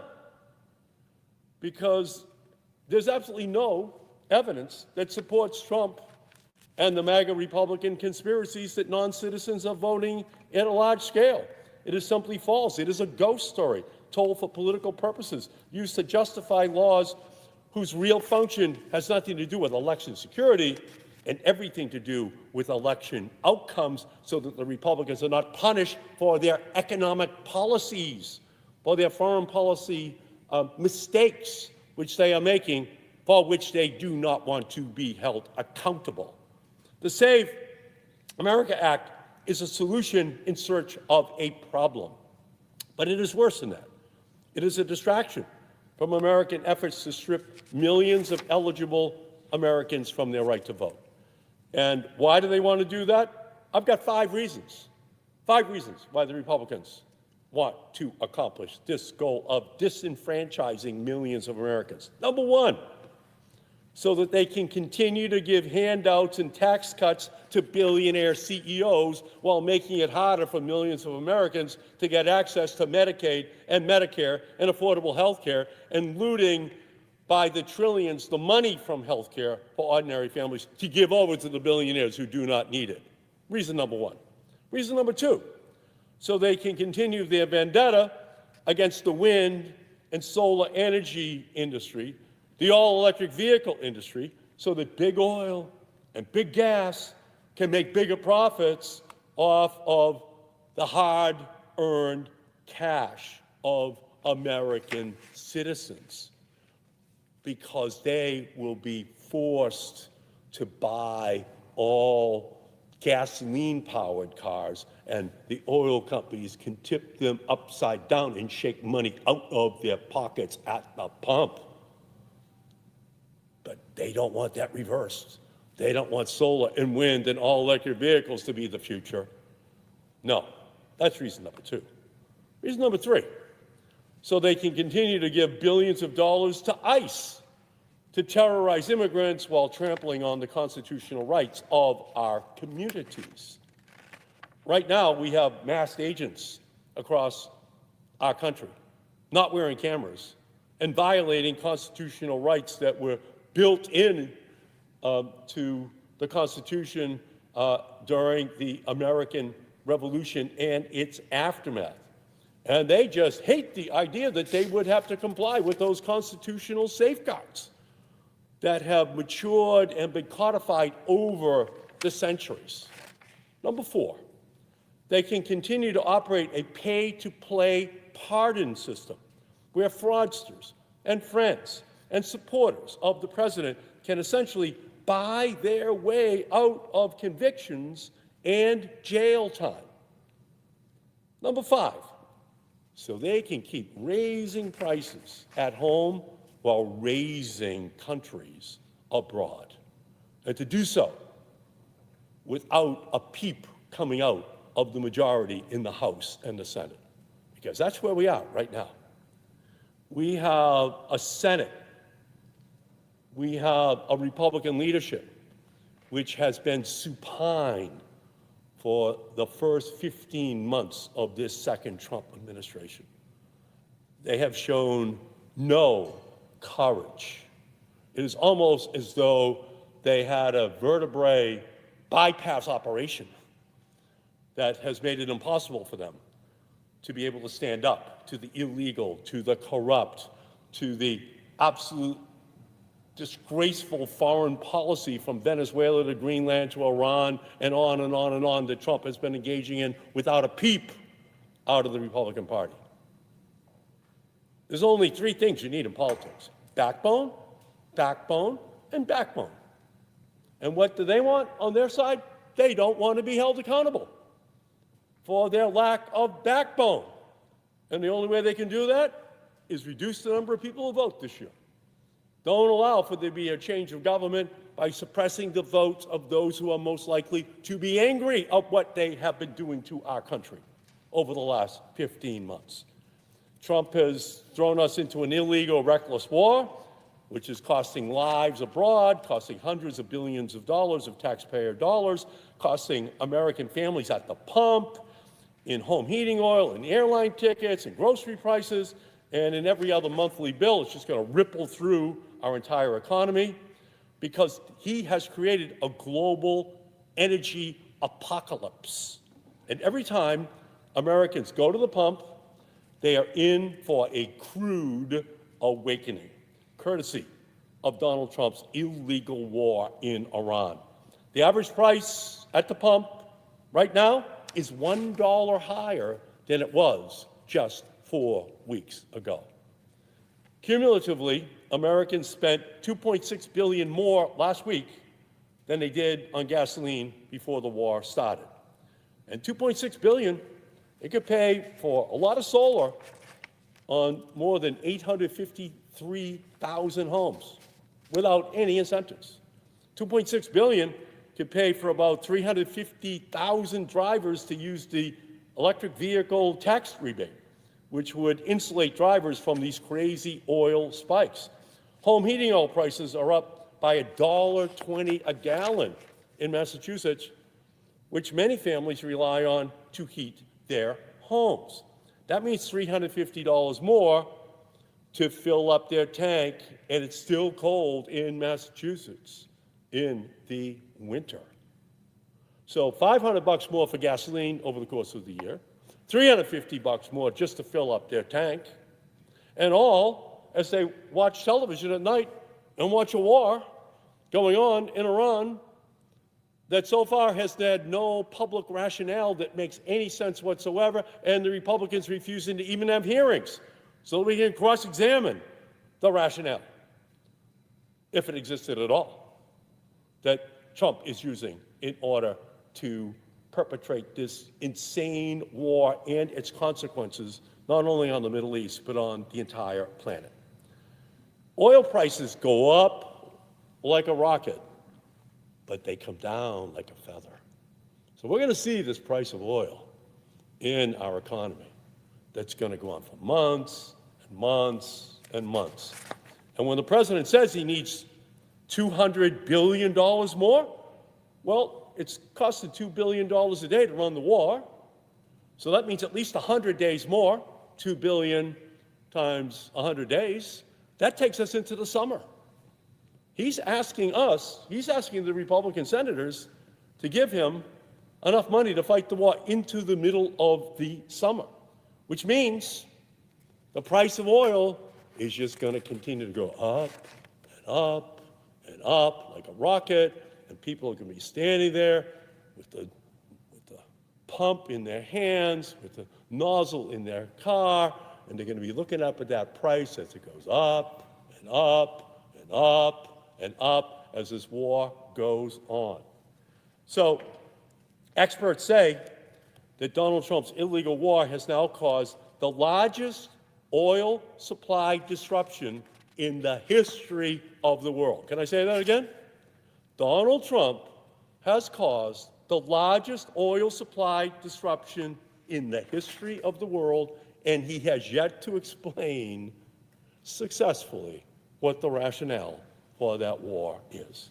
So to me, Trump's entire reign has caused the largest corruption in modern American history because his entire presidency has been a disaster for American families. Even before the war, electricity prices were up by as much as 13%. Can I say that again? People are paying their bills across the country. 13% increase in electricity bills last year under Trump.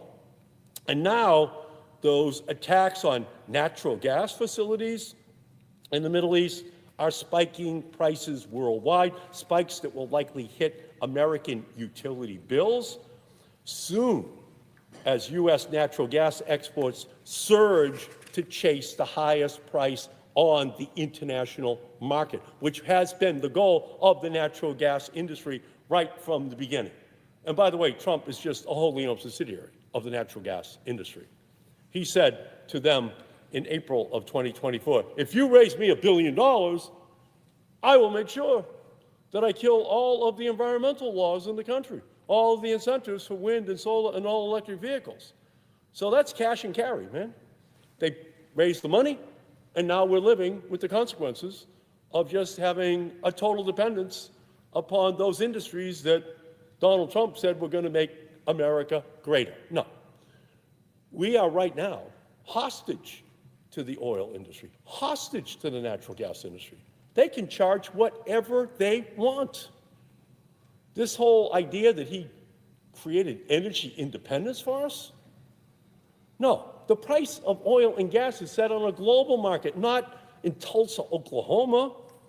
And I think every American now understands that because these big oil vultures are already circulating, looking to scavenge their profits at the expense of every consumer, every family in our country. Major oil and gas companies are poised to reap record profits this year from higher prices as Americans reap devastating losses. So Americans are going to be paying $2 billion a day in taxes for the war, $2 billion more each week for higher gasoline prices. And I'm not even talking about home heating oil prices. I'm not talking about jet fuel prices. I'm not talking about natural gas prices for people's homes. So the rich are going to get richer, and the rest are going to pay taxes and their skyrocketing energy bills. That's what he's left us with. Do the Republicans want to debate that? No, they do not want to debate that. Is that all the American people want us to debate? Yes, please put that front and center. Please let me know when this ends. When does this chaos and corruption end in its impact upon the lives of every family in our country? So let's just be clear. Big oil only serves as a destabilizing force in global politics. Not a stabilizing, but destabilizing force. This entire conflict is a reminder that our continued dependence on fossil fuels pulls the world towards instability, it pulls it towards conflict, and the lesson is clear. We must transition rapidly to clean energy sources that cannot be blocked or bombed or weaponized. In reality, wind and solar are the fastest growing electricity sources in history because they just make sense. In 2025, renewables made up over 88% of all new electricity generation in the United States. In 2025, the U.S. added more than 50,000 megawatts of new solar and wind capacity compared to just under 5,000 megawatts of new natural gas capacity. 10 times more. You know who hates that? The natural gas industry. You know who gave half a billion dollars to Donald Trump? The natural gas industry. And what was the promise that they wanted back from him? We will kill the solar industry. We will kill the wind industry. We will kill all of those industries who are an existential threat to our business model. And we're now living with the consequences of that. So just let me repeat that for the fossil fuel apologists. New solar is cheaper than simply operating an existing coal-burning plant in our country. Onshore wind, half the cost of building new gas plants. This isn't about ideology. This is just about arithmetic. It's not complicated. It's cheaper to do onshore wind. And yet Trump and Republicans are failing basic arithmetic. Not math. This is not trigonometry. This is not calculus. This is not algebra. It's just arithmetic. It's very simple. We were in an energy crisis already before the war because of AI data centers, which are demanding record electricity, while Trump and Republicans have done everything possible to destroy American-made cheap, clean energy, leaving Americans dependent on the expensive fossil fuels whose prices are now skyrocketing. And now we're in an even bigger crisis. Trump may be crushing American manufacturing, but he sure is good at manufacturing an energy price hike for every American, every small business in our country. We have to invest in true independence, electric and fuel-efficient vehicles, cheap, clean energy and battery storage made in the United States, and energy-efficient technologies that do more with less. And you know what Trump says? Oh, that's all socialism. That's socialism for wind and solar, tax breaks for all-electric vehicles. That's socialism. Well, what do you call 100 years of tax breaks for the oil, gas, and coal industry? I call that socialism. And all we're asking for is some of that socialism for the competitive technologies that have been attacked and stopped for 100 years by the fossil fuel industry. That's all we're asking for, and that's what we have been denied. And that's why they don't want to have any hearings. That's why they don't want to discuss what's going on in the Persian Gulf.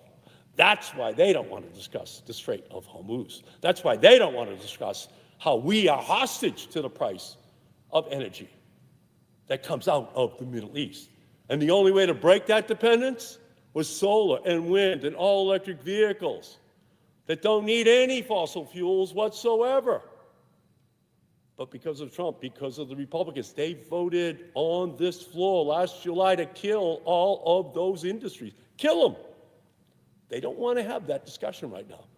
They know that they would be on the defensive. They know that they'd be backing away from the microphones while they try to explain why they would kill something that would actually break our dependence upon imported oil, break our dependence upon natural gas, break our dependence upon coal. And by the way, we do import oil into the United States. Mr. President, you may not know that, but it's coming in from Canada, it's coming in from Mexico, it's coming in from Venezuela. Just so you know, Mr. President, sometimes it's a bulletin to you that we're part of a global oil marketplace that you are part and parcel of. Foreign dictators and authoritarian regimes cannot stop the sun from shining or the wind from blowing, but they can disrupt oil and gas supplies. Electricity generated by solar panels can't get stuck in the Straits of Hormuz. Electricity generated by our offshore wind plants can't be bombed by drones in Kuwait. The Save America Act, the Steal the Election of 2026 Act is a classic shock and awe. Trump is trying to distract us from the cost he has created by bombing Iran, costing lives, costing hundreds of billions to fund his war, and costing us at the pump, at the airport, and at the grocery store. And he's just become so desperate, so fearful that he is going to lose, that he is absolutely willing to suppress the vote of especially minority voters in our country, because he knows that otherwise he will probably lose in Georgia. He will probably lose in Ohio this fall, that we will have a revolution that is heading his way. So that is what this is all about here today. And it's millionaires and billionaires, greedy corporate executives, and corrupt cronies against the voters. And that's why the Democrats are not going to go away. We're going to stand up. We're going to fight. We're going to make sure that the American people understand what is at stake right now and why we cannot allow the Republicans, the MAGA base, and President Trump to pass this legislation, because it would fundamentally be the end of democracy in our country. And how do I know that? Trump says it himself, that he would suppress the votes to an extent where they would never lose an election again. So that's where we are. It's a moment in history. There's a nostalgia that some people have for a past that never existed, instead of the ideals which we need to fight for the poor and the sick and the elderly and the immigrant communities, because for them the past is just a memory and the future is their hard reality. And that's what we are standing here today to fight, to protect. The protections for their hard reality. And that can only be protected is if we stop the SAVE Act, if we stop the Steal This Election Act, if we stop the Save Our Asses Act, which the Republicans are seeking to pass on the Senate floor today.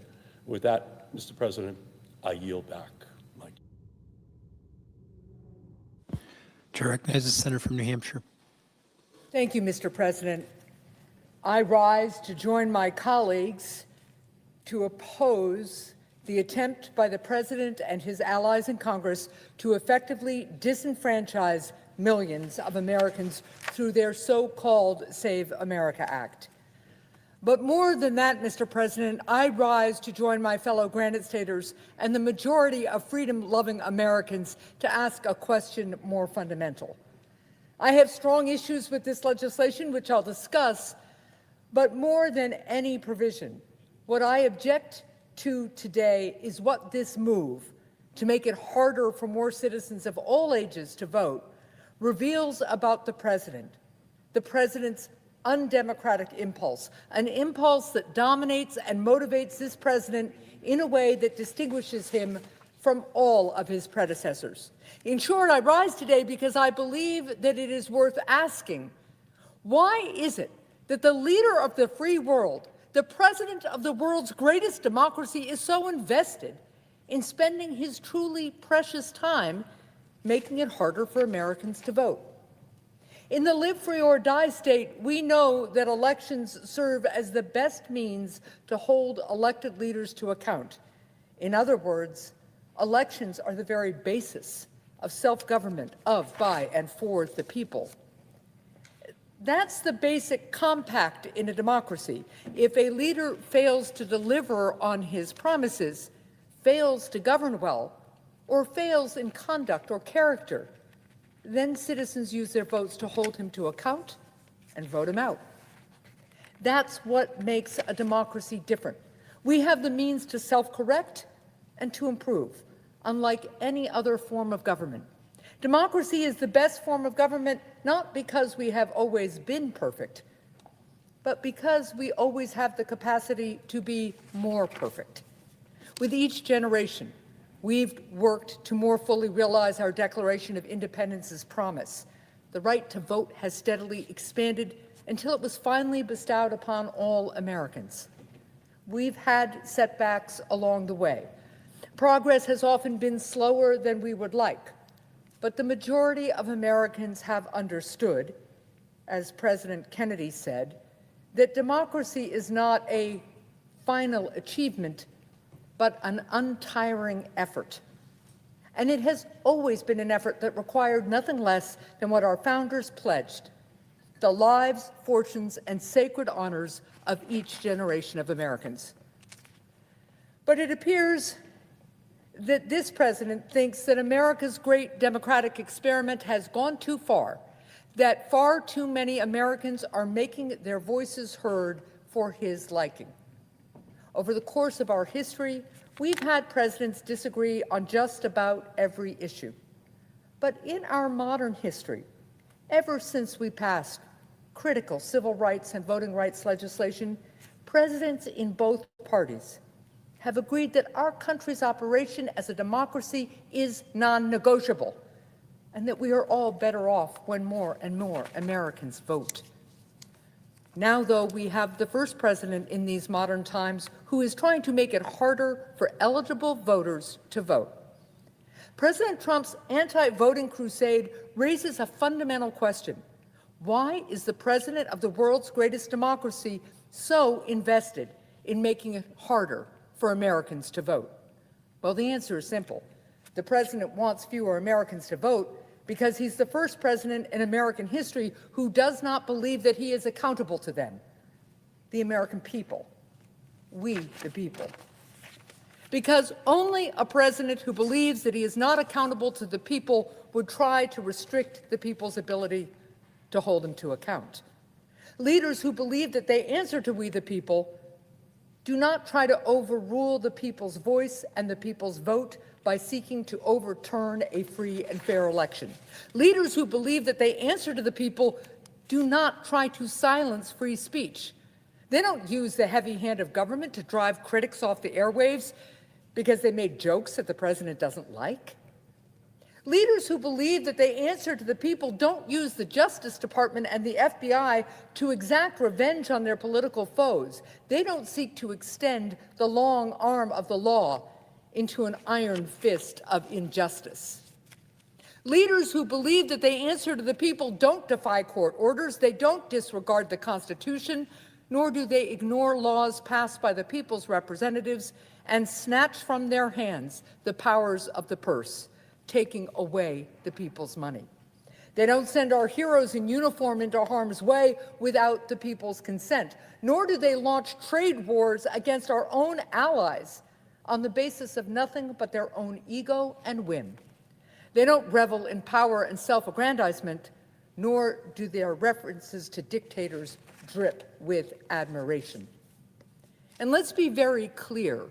Leaders who believe that they answer to we the people, leaders who believe that they're accountable to the people and who understand that it is freedom and democracy that make America great, they don't incite a mob to storm the Capitol, to storm this very chamber, to stop the peaceful transfer of power, to stop the count and silence the votes of the American people.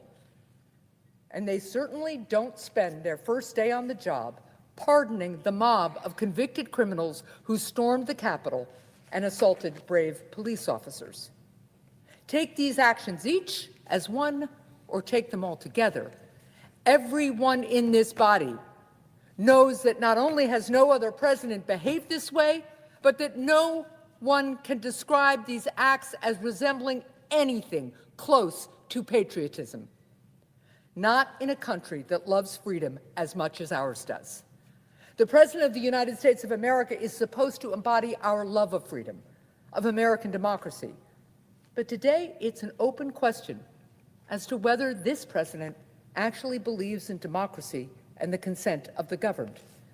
This shouldn't be a question that any American even has to consider, but we're compelled to consider it today.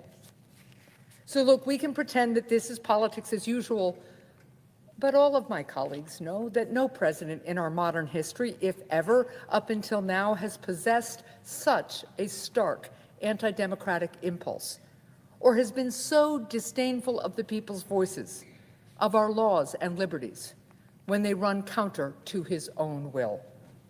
And for those who disagree, I direct you to the walls and windows around this great building, scarred by bullet holes just 5 years ago, that remind us otherwise. It's worth noting that the only reason the Save America Act, this legislation to purge voters that the president doesn't like from the rolls, the only reason it's even on the floor is that the president won't give up on the lie that the 2020 election was stolen. And he's continuing this same singularly dishonorable brand of lies as we head into this year's midterm. What the majority in this body is doing, therefore, is nothing short of a large, elaborate, expensive bit of legislative play acting, all because there appear to be no people in the president's orbit to find the courage to summon the words, I'm sorry, Mr. President, but you are wrong. That unwillingness to speak truth to power is how lies become truths, and how bills that are nothing less than solutions in search of a problem get written. Now, the president can delude himself. That doesn't mean that the rest of us have to do so as well.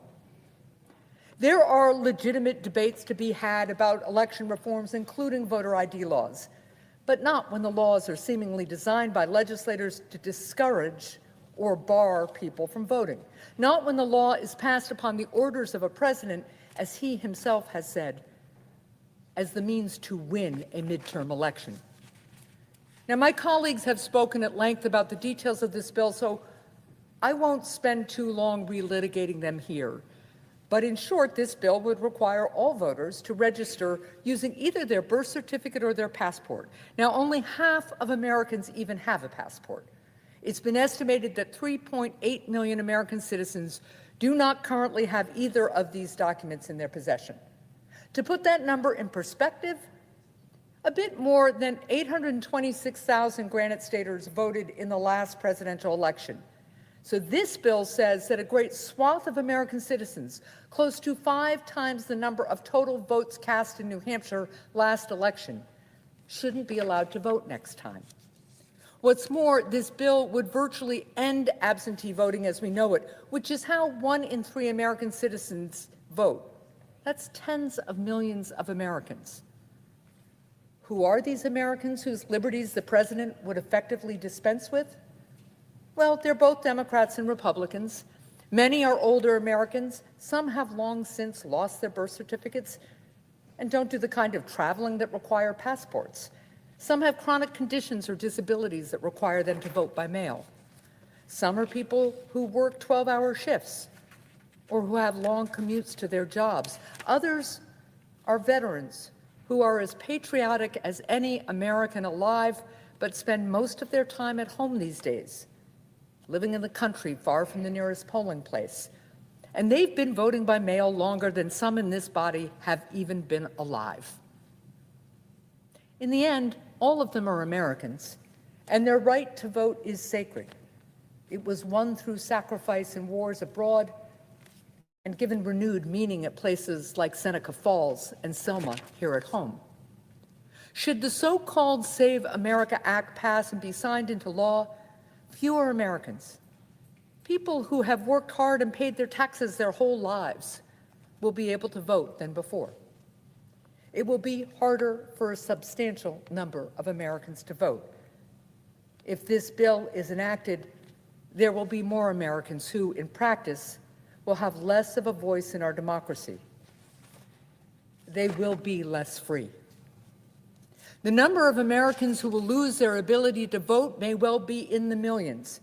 Now, perhaps some will eventually find a way to jump through all the new legal hoops and cut through all the red tape and get their ballot in. But even if it becomes a relatively few number who remain unable to navigate these new barriers, we're still talking about law-abiding, tax-paying Americans who will lose their ability to vote, even as citizens of the world's greatest democracy. If this bill passes, it will also represent an enormous deviation in our history. Our country's progress has been marked by a history in which more and more Americans in each ensuing generation have gained the right to vote. But if this legislation passes, President Trump will be the first president to turn that progress back, to work to restrict the right to vote, and to take it away, in practice, from a great swath of Americans. Among those impacted in particular will be women. This bill makes it harder for women to register to vote should they have changed their name when they married, a name that will be different than what appears on their birth certificate. Now, perhaps this is a simple hurdle that the administration would move with great speed to help women resolve. But I cannot see myself extending the benefit of the doubt on the rights and freedom of American women to an administration that has worked hard to take away a woman's most fundamental freedom, the freedom to make her own health care decisions. This bill would also require all states to hand over their voter rolls, including names, addresses, and Social Security numbers, to the president. To do this under any administration would be a move that raises concern, but particularly with this administration, it would be an act of supreme recklessness. Because why should any American trust their Social Security number to an administration whose internet privacy standards involve leaking war plans over an insecure signal chat? To have one's personal information handled by the chaotic band of untrained, unchecked, and unprofessional political appointees that ran enterprises like Doge would be as wise as to staff the local fire department with a brigade of arsonists. So this bill is, on substance, exceedingly harmful and unjust. It should be rejected. However, I return to my original question. With all the challenges in the world, why this bill? Why now? Why is the president so determined to make it harder for Americans to vote? I understand, in a way, why the president does not wish to be held accountable by the American people. It's because he's failed to deliver to the American people. Because, of course, in a democracy, at some point, a leader has to deliver. Autocrats don't. Do you think in Putin's Russia that in the depths of the Kremlin somewhere, they're drawing up plans for measures similar to the Americans with Disability Act or the PACT Act? Of course not. A dictator doesn't need to make people's lives better. There's no one to hold him to account, no one to push him to deliver. But a democracy is different. In a democracy, talk can win an election, but without results, a leader can lose a nation. And 1 year in, this president has lost the majority of Americans. The president came into office with big promises. Boasts, really, about how he would single-handedly bring down high costs. Now, of course, I disagree with the president strongly on many issues, and I didn't vote for him. But I was willing to, and continue to be willing on a bipartisan basis, find ways to work with my colleagues in the Senate to help bring relief to American families. But President Trump has chosen a very different course. The president is trying to silence the votes and voices of the American people because he doesn't want to be held to account, because he thinks he's above the people, and he does not want to hear what they have to say. He does not want to hear that this is not a nation entering a golden age, that instead, to paraphrase Thomas Paine some 250 years after he first coined the phrase, our nation is entering a time that tries citizens' souls.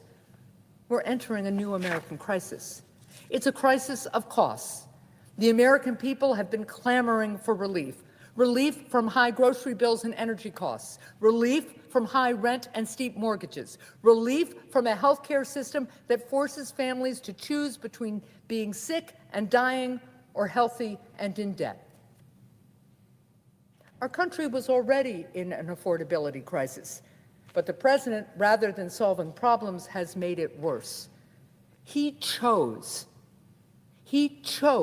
to take away health care from millions of Americans. He chose to make premiums surge for tens of millions more.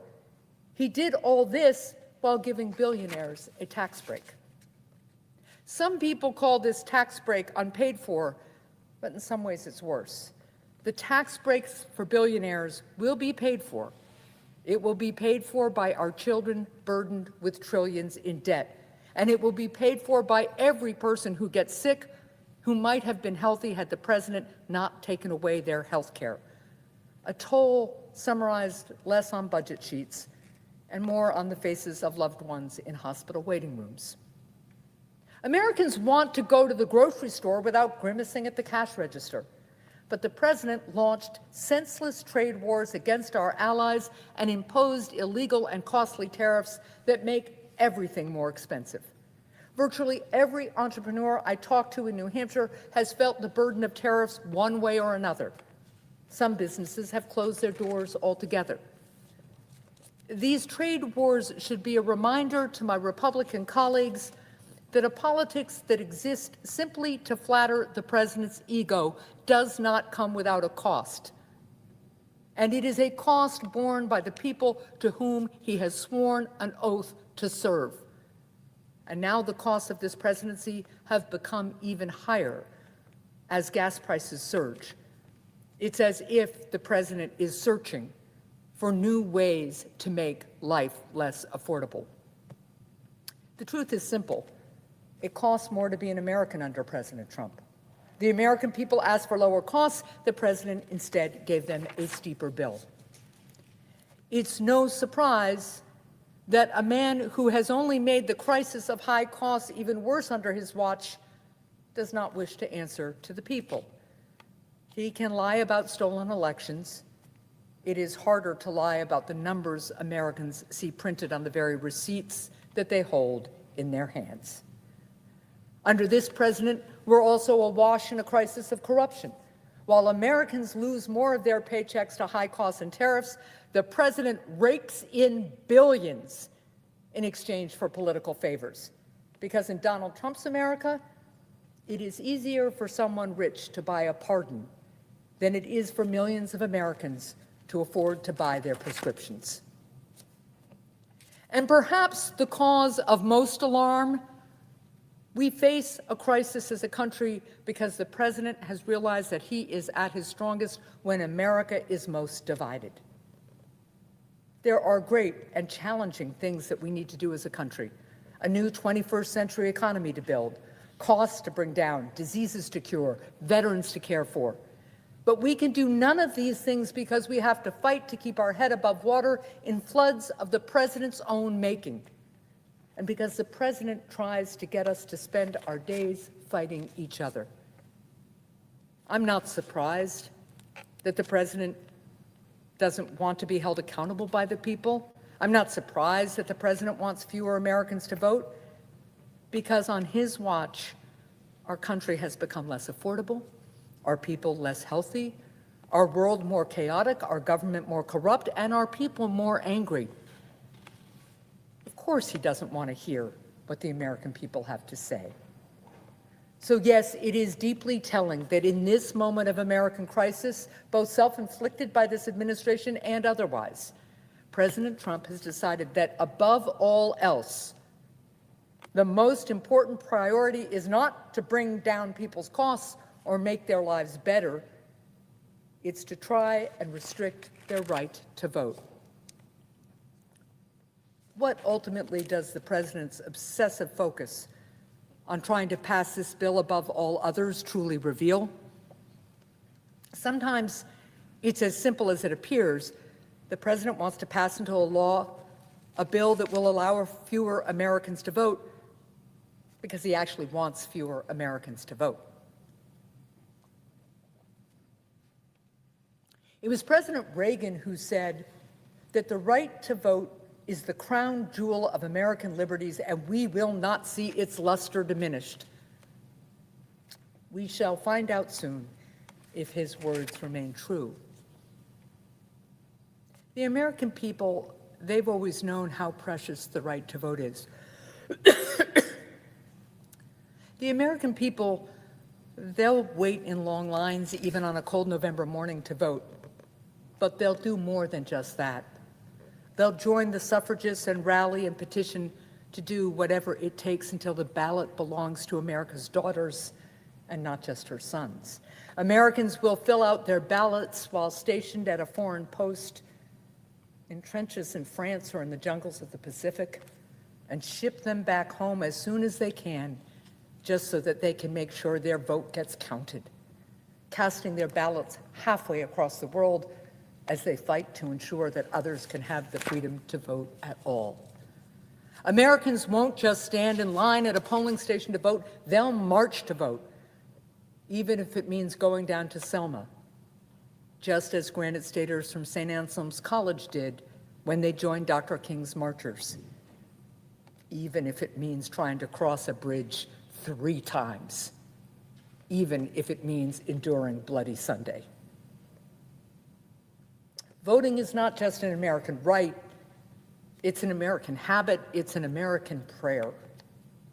We do all this because most Americans understand what the president does not, that voting is the most American thing anyone can do. I oppose the Save America Act because of its provisions, yes. But what I object to the most about this bill to restrict the right to vote is what it says about the current state of the American presidency and our democracy. That an American president would try to pass this bill is an outrage. Rather than work to pass this bill, the president would instead be wise to remember the words of his great predecessor, Abraham Lincoln, who said that in leaving the people's business in their own hands, we cannot be wrong. This law has been called the Save America Act. It's a striking name to me because when I think of when America has needed to be saved, I think of our determination to be saved from British tyranny and our fight for independence, our need to be saved from the Depression or economic hardship, from disunion or division. But apparently, this president thinks that America needs to be saved from her own voters, that America needs to be saved from we the people. I also think it's worth noting what the Save America Act will not save. It will not save American families from paying more for their groceries or at the pump. It will not save the small business that has had to close its doors because the president decided to launch senseless trade wars against our friends. It will not save a young couple money on their down payment when they're trying to buy their first home, not as long as we have a president who would rather build monuments to honor his name than help our country build more homes that people can afford to live in. It will not save a single American from pricey healthcare premiums, nor will it save the future lives lost to diseases that could have been treated had the president not fired America's best doctors and researchers. It will not save our children from burdensome debt tomorrow to pay for tax giveaways to billionaires today. And it will not save America from the dangers of dictators like Vladimir Putin, whom the president still vainly tries to appease. But more than that, this law won't save America from the flames of division that the president so often fans, from the meanness and coarseness that he revels in. It will not save America from the march of extremism or the grip of conspiracy. It will not save us from more discouraging broadcasts of the nightly news, of watching our supposed leaders with disbelief, of wondering just how much higher prices will soar.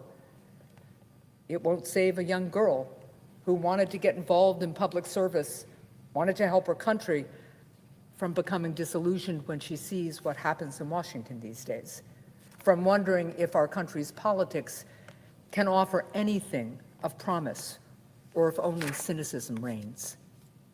And it will not save an old veteran from shaking his head and asking what yet might happen to his country he loves, in whose service he risked so much. This law, in short, won't save our fellow Americans, certainly not from high costs. It will not save America. This law seeks to save nothing but the president's political fortunes. Because in the end, one does not save America by ensuring that fewer Americans vote. One cannot save America by making America less free. Does this body wish to save America? To learn to become a country once more? To do great things together once more? The answer remains what it's always been. Don't restrict the right to vote. Don't turn to answers from the would-be strongman. Instead, leave the saving to we the people and put it in their hands. When we do that, truly, as Lincoln said, we cannot be wrong, and we cannot go wrong. Thank you, Mr. President, and I suggest the absence of a quorum. Clerk will call the roll. Ms. Also Brooks.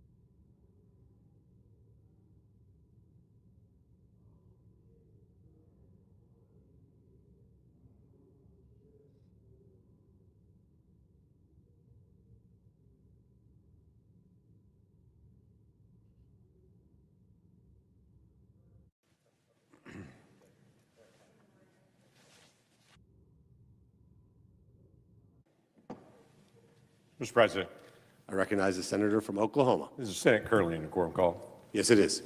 I'd ask the unanimous consent to set aside. Without objection. Thank you. Mr. President, in just a few moments, this body will vote for the next Secretary of Homeland Security. It happens to be a friend of mine. His name is Mark Wayne Mullin. Mark Wayne Mullin's the pride of Westville, Oklahoma, which ironically enough is the easternmost town in our state. On a normal day, there are more people inside the United States Capitol than there are in Westville, all of Westville, Oklahoma. But it's a bunch of really nice folks that work really hard.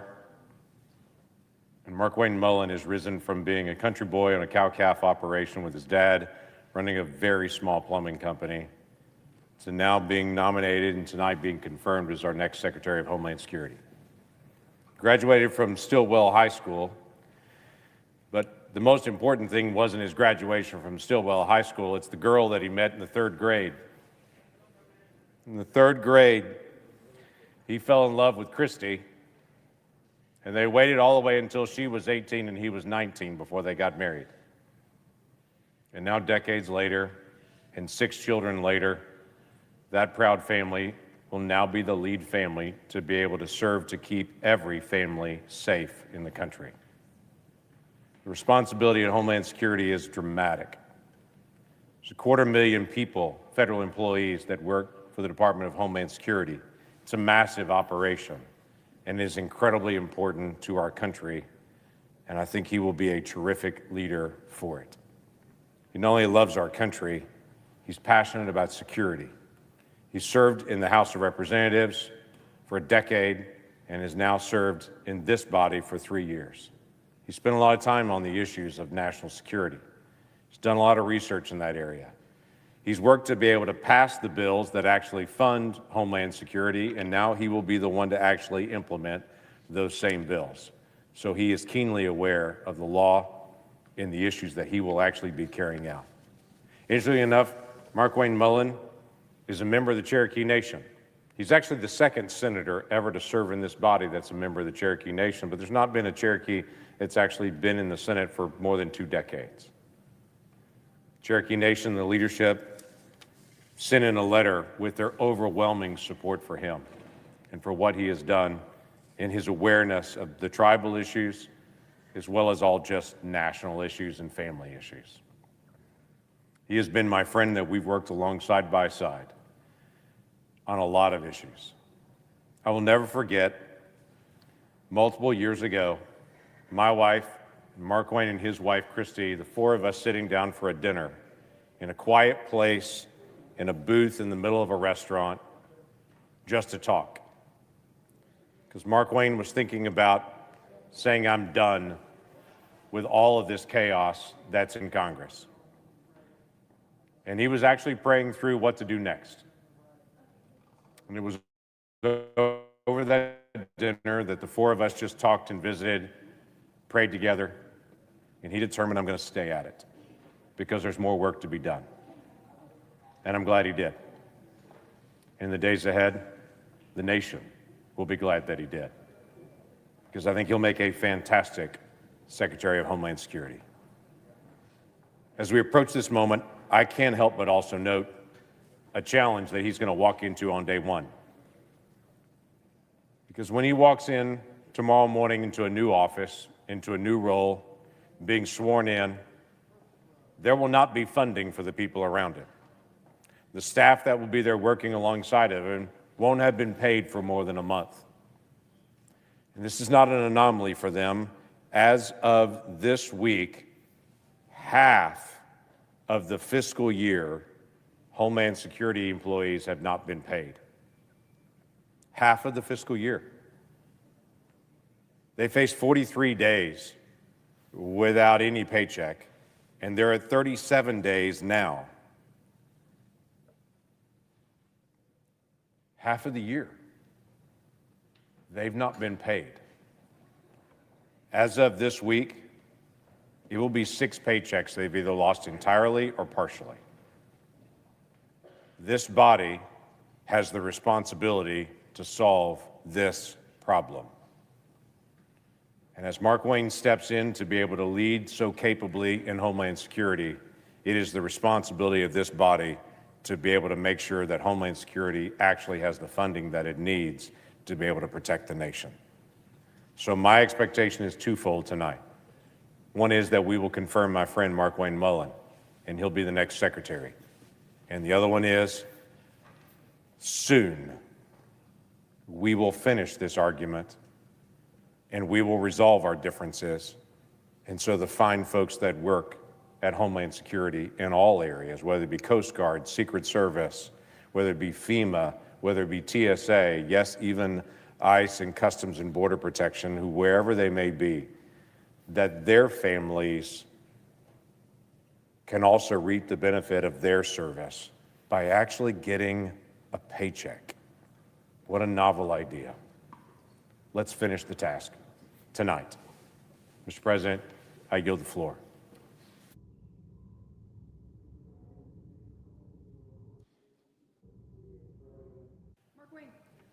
Mr. President, Senator from Oklahoma. I ask unanimous consent that the Senate proceed to the confirmation vote for Senator Mark Wayne Mullin to be the Secretary of Homeland Security right now. Without objection. The question occurs on a nomination. Is there a sufficient second? There appears to be. The clerk will call the roll. Ms. Alsobrooks, Ms. Baldwin, Mr. Banks, Mr. Barrasso, Mr. Bennett, Mrs. Blackburn, Mr. Blumenthal, Ms. Blunt Rochester, Mr. Booker, Mr. Bozeman, Mrs. Britt.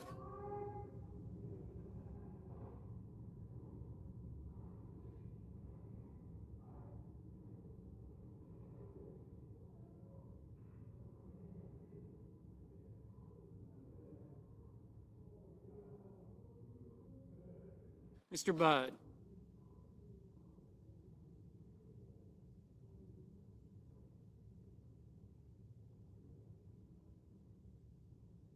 Ms. Cantwell.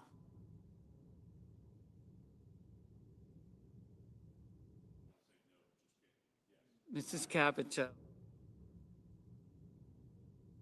Mr. Cassidy.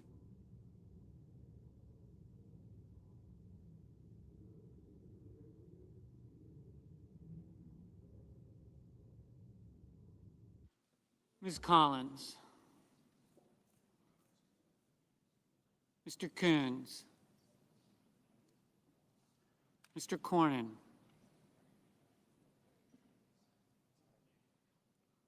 Ms. Cortez Masto. Mr. Cotton. Mr. Kramer. Mr. Crapo. Mr. Cruz.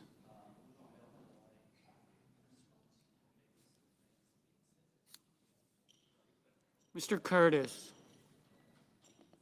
Mr. Daines, Ms. Duckworth, Mr. Durbin. Ms. Ernst. Mr. Fetterman. Mrs. Fisher, Mr. Gallego, Mrs. Gillibrand, Mr. Graham, Mr. Grassley. Mr. Haggerty.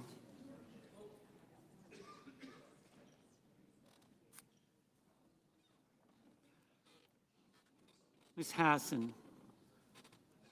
Mr. Hawley, Mr. Heinrich, Mr. Hickenlooper, Ms. Hirono, Mr. Hoven, Mr. Husted, Mrs. Hyde-Smith. Mr. Johnson, Mr. Justice, Mr. Kane, Mr. Kelly, Mr. Kennedy, Mr. Kim, Mr. King, Ms. Klobuchar. Mr. Langford, Mr. Lee, Mr. Lujan.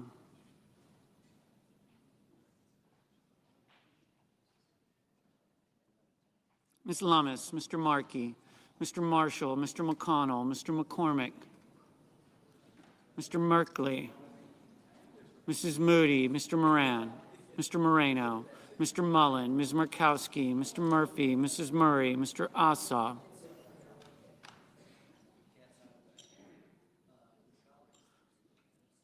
Mr. Padilla. Mr. Paul, Mr. Peters, Mr. Reed.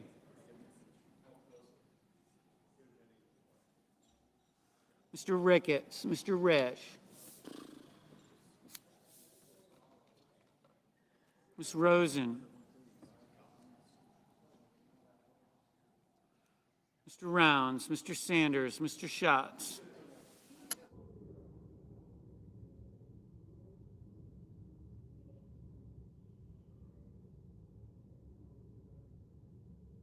Mr. Schiff, Mr. Schmidt, Mr. Schumer, Mr. Scott of Florida, Mr. Scott of South Carolina, Mrs. Shaheen, Mr. Sheehy, Ms. Slotkin, Ms. Smith, Mr. Sullivan, Mr. Thune, Mr. Tillis, Mr. Tuberville, Mr. Van Hollen,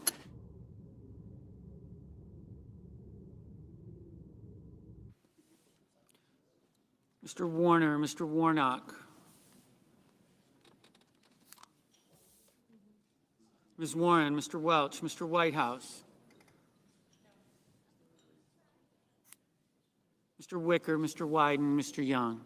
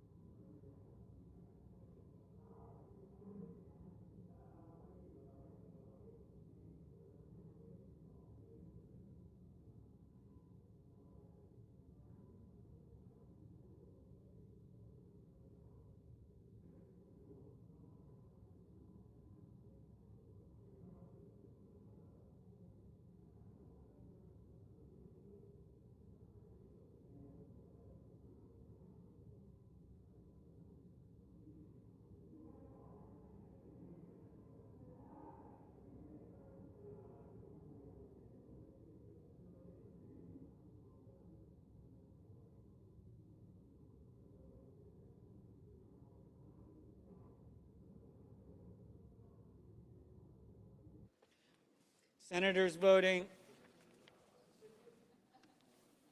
in the affirmative: Britt, Cornyn, Fetterman, Lankford, Lee, Moreno, Rounds, Scott of Florida, Tuberville, Young. Senators voting in the negative: Blunt, Rochester, Cantwell, Duckworth, Durbin, Hassan, Kane, Merkley, Murphy, Padilla, Peters, Reed, Schatz, Shaheen, Smith, Welch, Whitehouse, Wyden.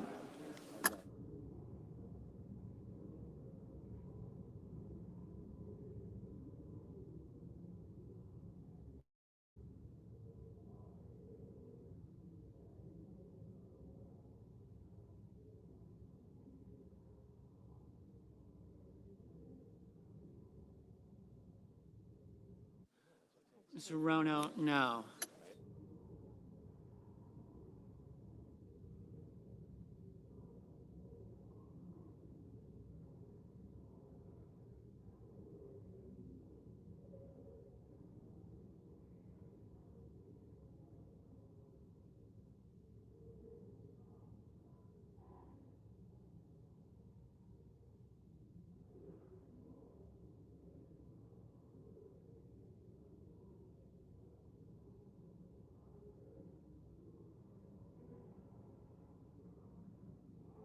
Mr. Moran, aye.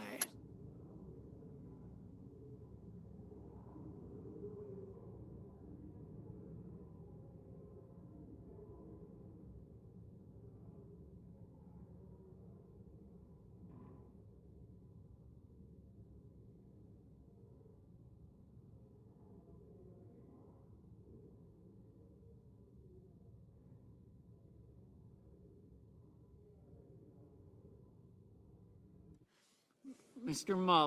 Mullin, aye.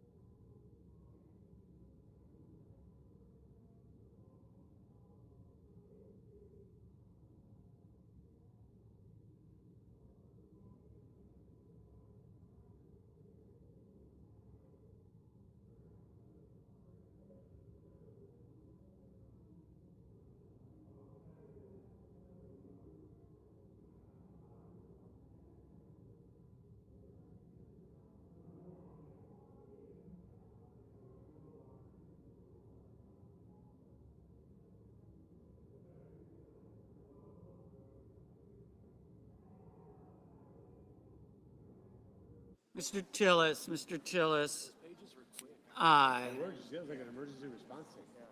Mr. Husted, aye.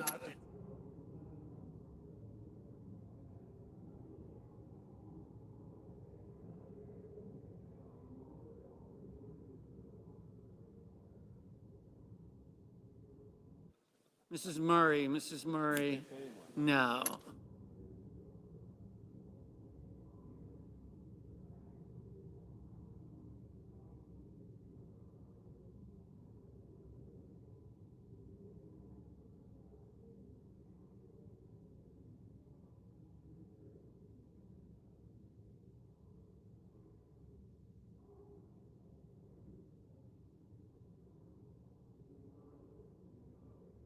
Mr. Ossoff, no. Ms. Ernst, aye. Mr. Van Hollen, Mr. Van Hollen, no.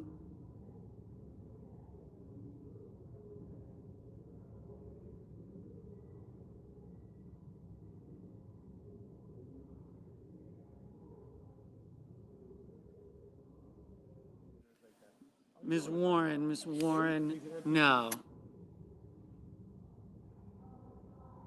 Ms. Lummis, aye. Mr. Grassley, aye.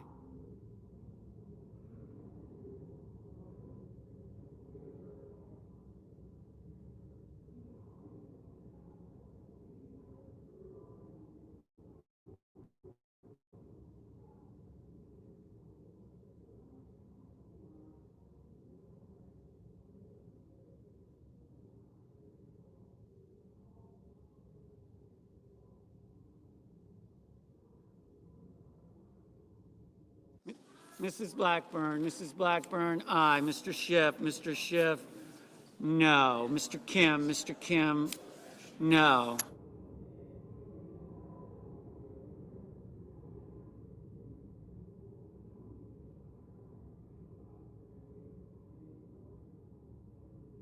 Mr. Justice, aye.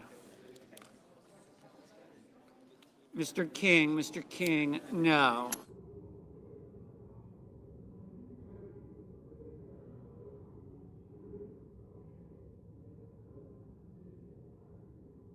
Mr. Paul,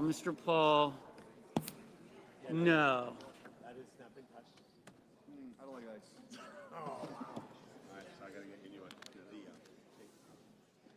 Ms. Slotkin, no. Mr. McCormick, aye.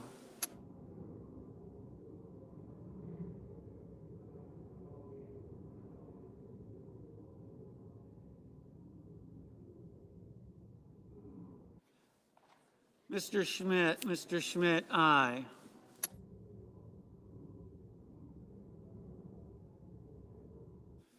Mrs.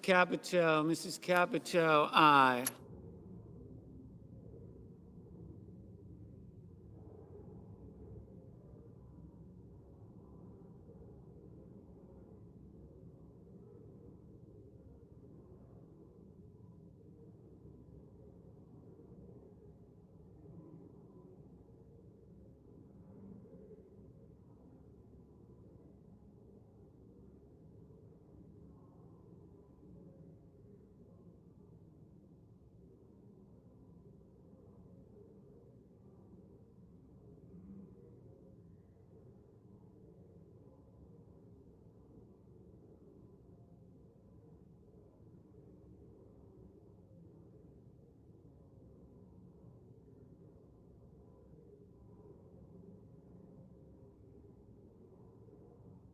Mr.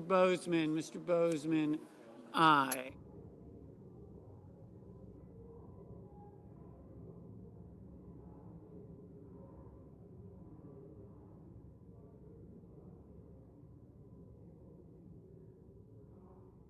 Mr. Wicker, aye.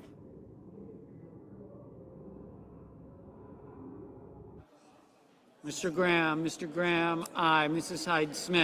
Mrs. Hyde Smith, aye. Ms. Murkowski, aye.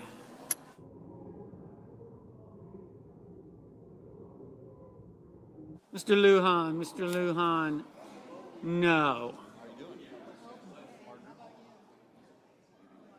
Mrs. Moody, aye.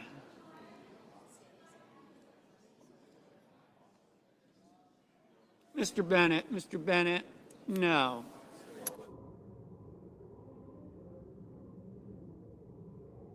Mr. Johnson, aye.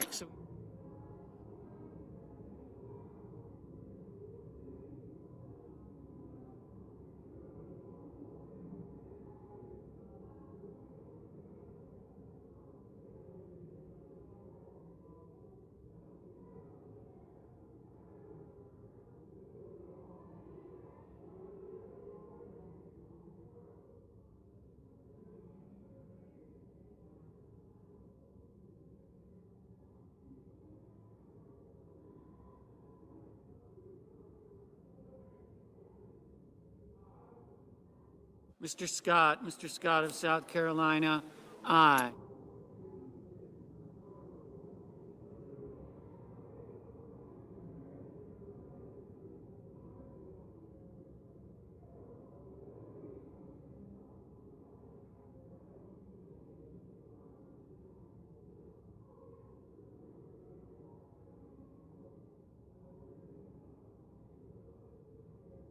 Mr. Blumenthal, no.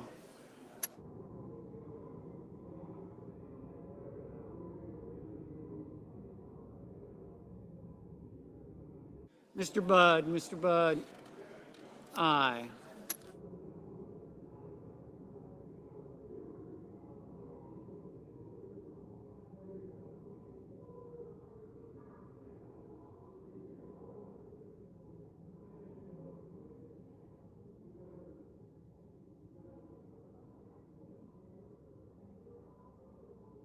Mr. Cassidy, aye.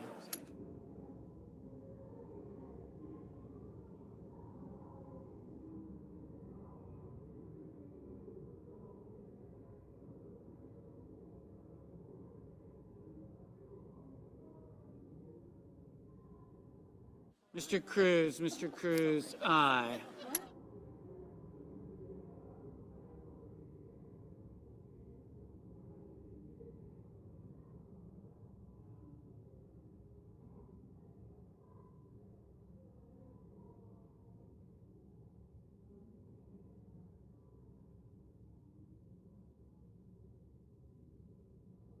Mr. McConnell, aye.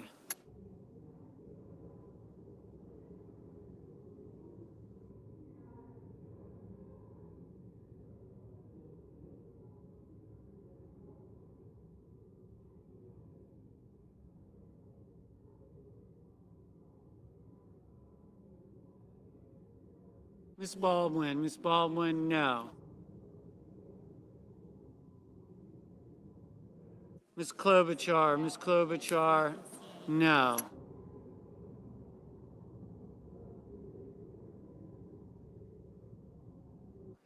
Mr. Daines, aye.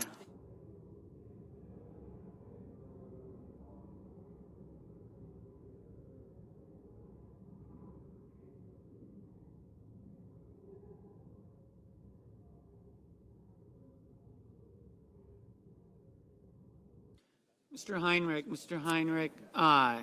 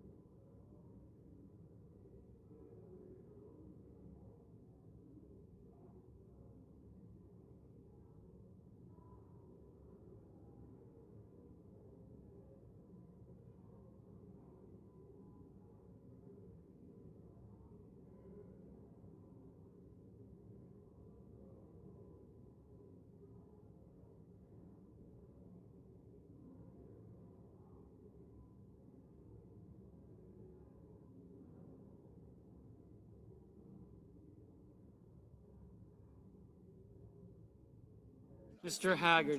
Haggerty, aye.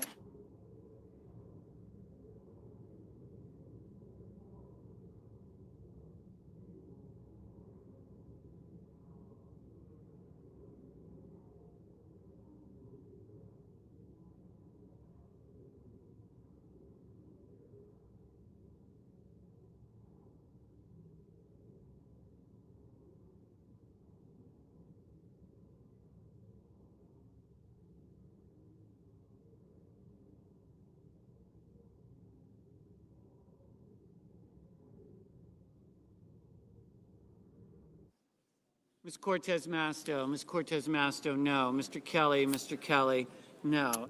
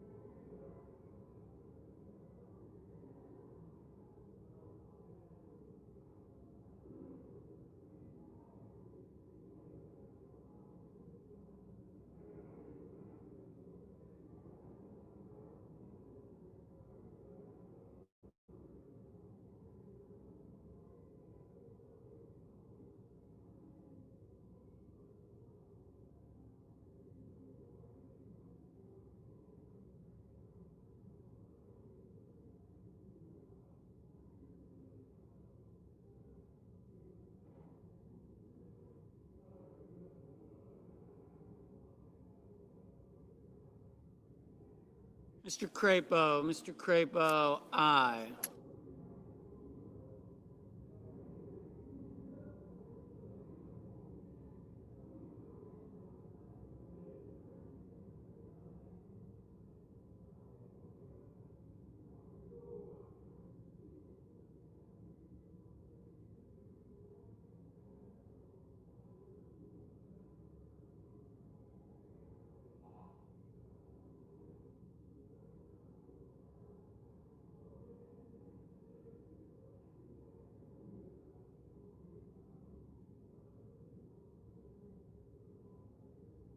Ms. Rosen, no.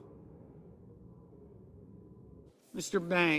Banks, aye.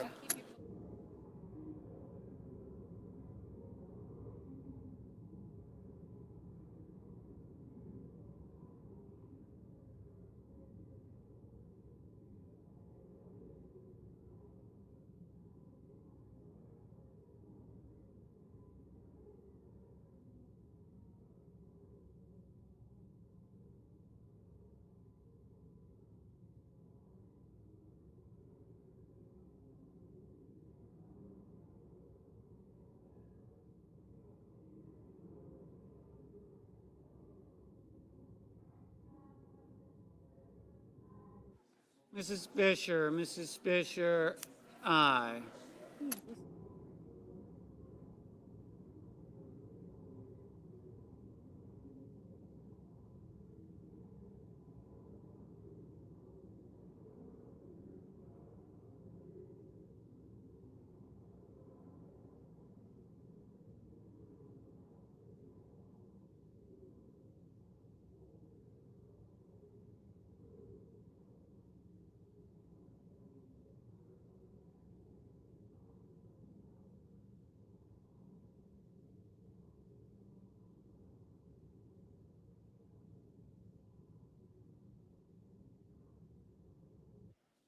Mr. Sanders, no. Mr. Cotton, aye.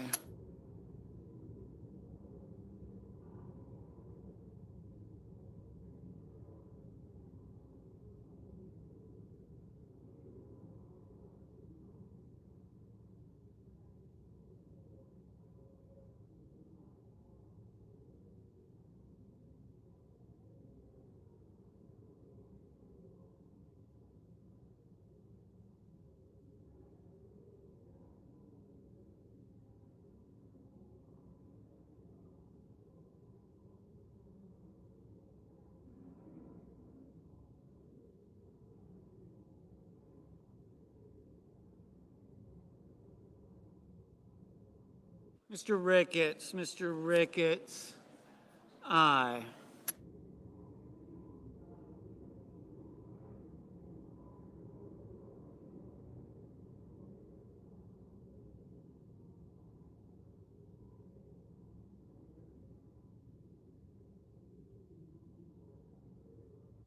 Mr. Barrasso, aye. Mr. Kennedy, aye.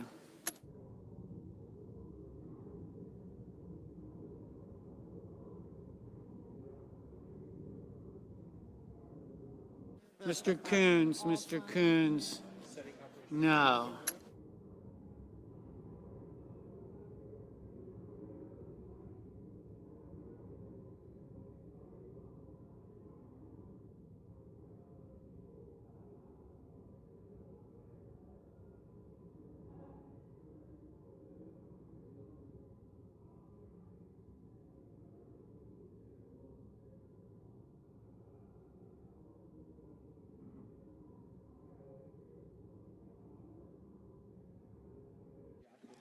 Mr. Warnock, no. Ms. Collins, aye. Mr. Sheehy, aye. Mr. Marshall, aye.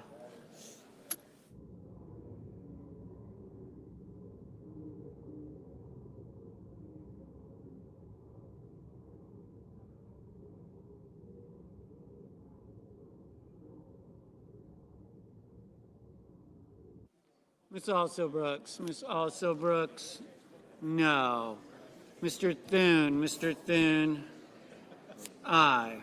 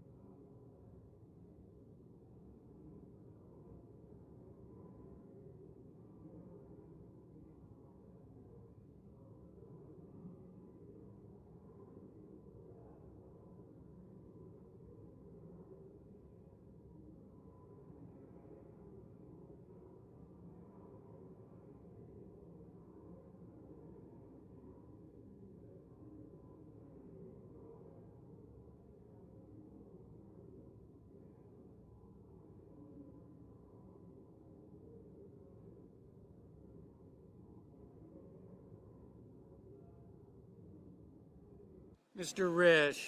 Risch, aye.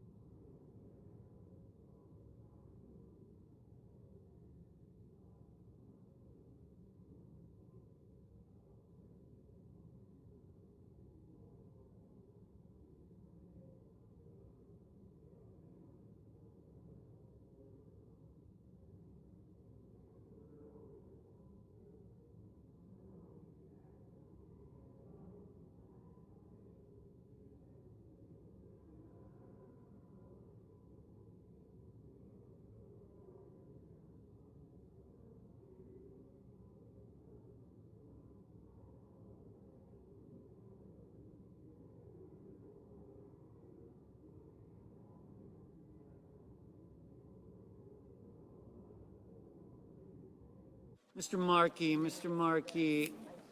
no.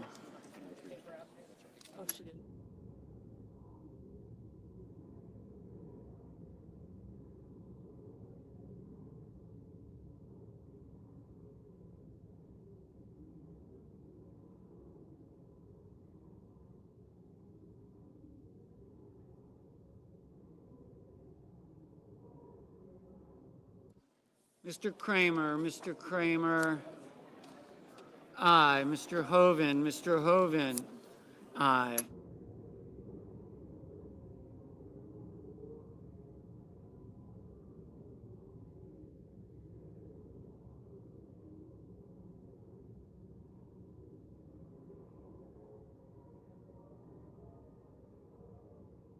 Mr. Hawley,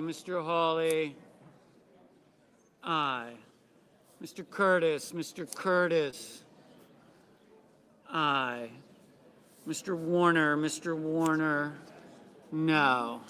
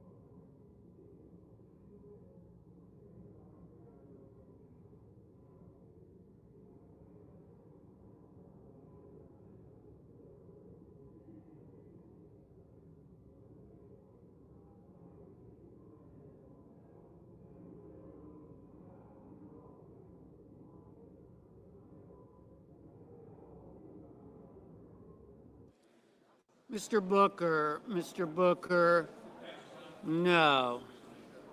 Mr. Schumer, no.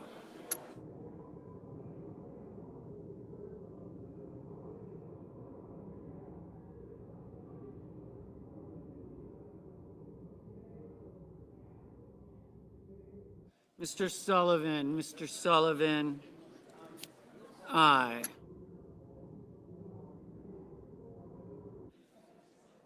Mr. Hickenlooper, no.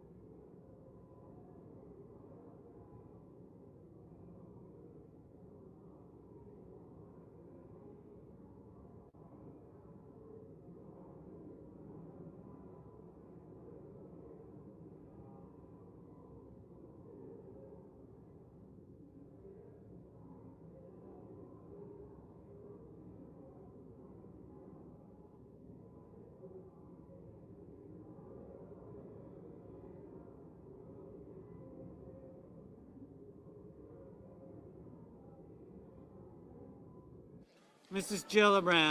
Gillibrand, no.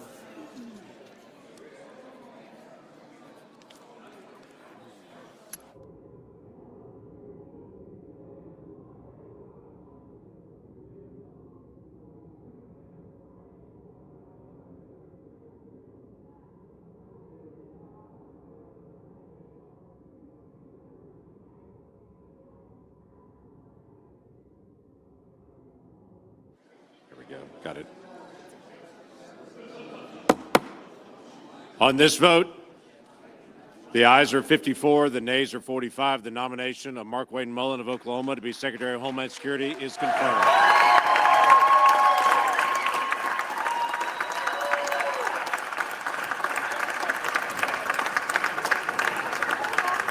Under the previous order, the motion to reconsider is considered made laid upon the table. The President will be immediately notified of the Senate's action.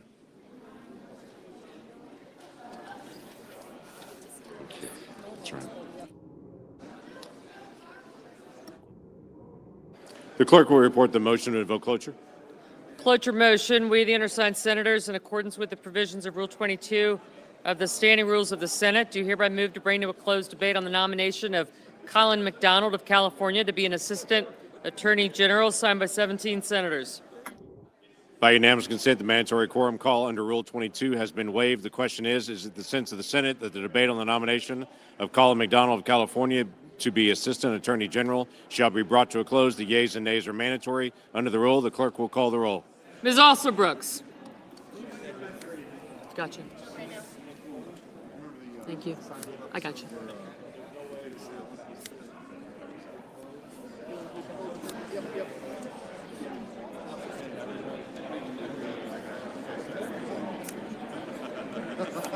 Ms. Baldwin.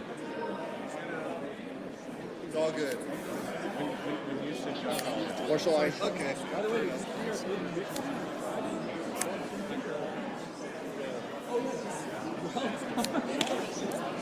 Mr. Banks.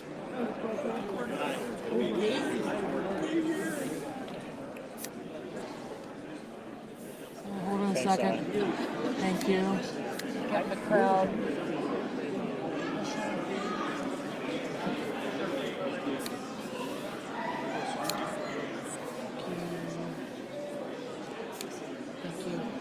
Mr. Barrasso. Yes, I do. Thank you. Thank you.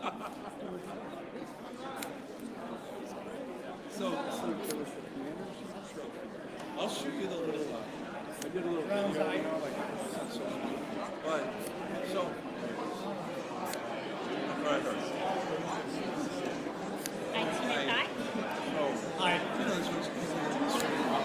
I go to yes. And I know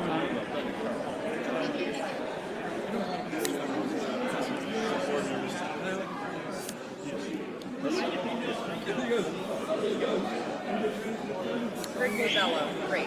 I did. Thank you very much.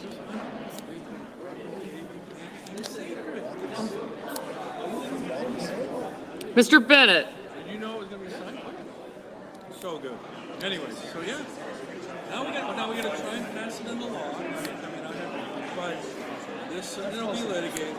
This is really useful for you.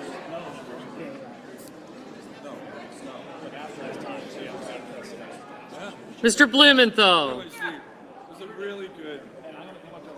Mr. Booker. Come on, man. Mr. Bozeman. Mrs. Britt.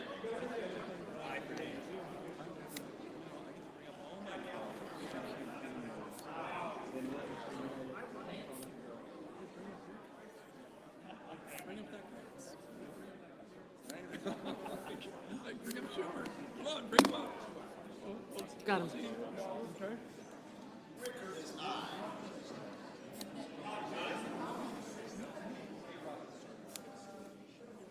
Sullivan, aye. Thank you. I got you.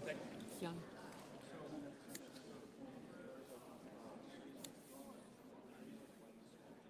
Got him. Thank you.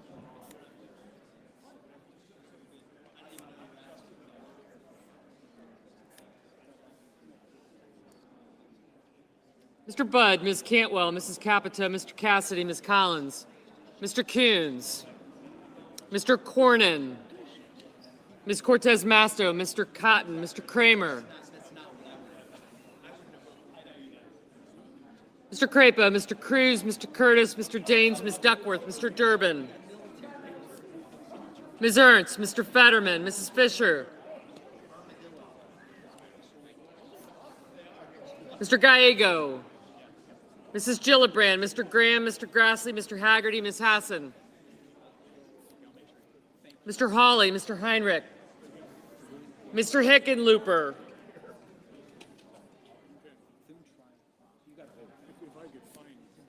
Ms. Hirono, Mr. Hoven, Mr. Husted, Mrs. Hyde-Smith, Mr. Johnson, Mr. Justice,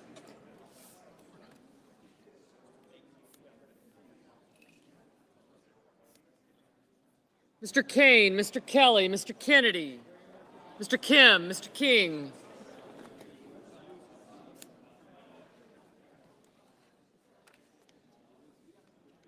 Ms. Klobuchar, Mr. Langford,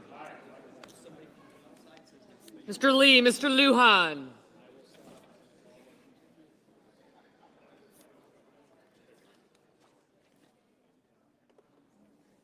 Ms. Lummis, Mr. Markey, Mr. Marshall, Mr. McConnell, Mr. McCormick,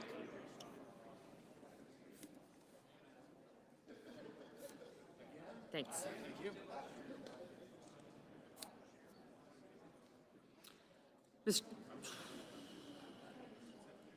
Mrs. Moody, Mr. Moran, Mr. Marino, Mr. Mullin, Ms. Murkowski, Mr. Murphy, Mrs. Murray,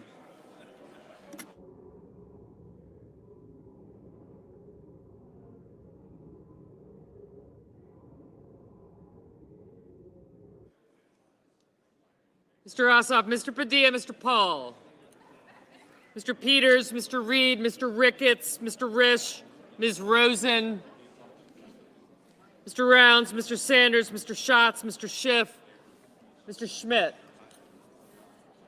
Mr. Schumer,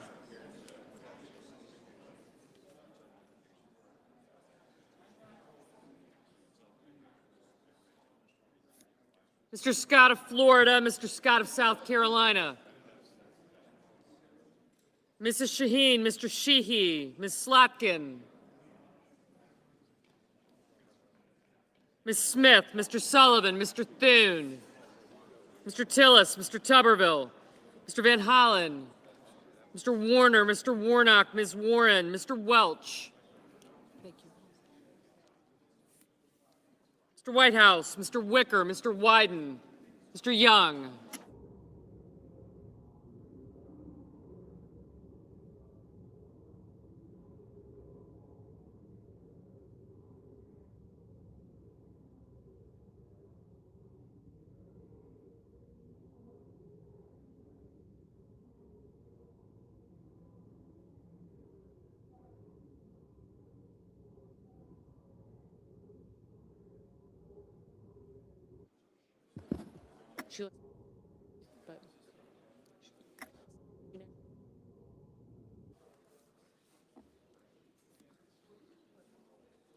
Senators voting in the affirmative: Banks, Barrasso, Blackburn, Bozeman, Budd, Capito, Cassidy, Collins, Cornyn, Cotton, Kramer, Crapo, Cruz, Curtis, Daines, Ernst, Fisher, Graham, Grassley, Haggerty, Hawley, Hoeven, Husted, Hyde-Smith, Johnson, Justice, Kennedy, Lankford, Lee, Marshall, McConnell, McCormick, Moody, Moran, Ricketts, Risch, Rounds, Schmidt, Scott of South Carolina, Sheehy, Sullivan, Tillis, Wicker, and Young.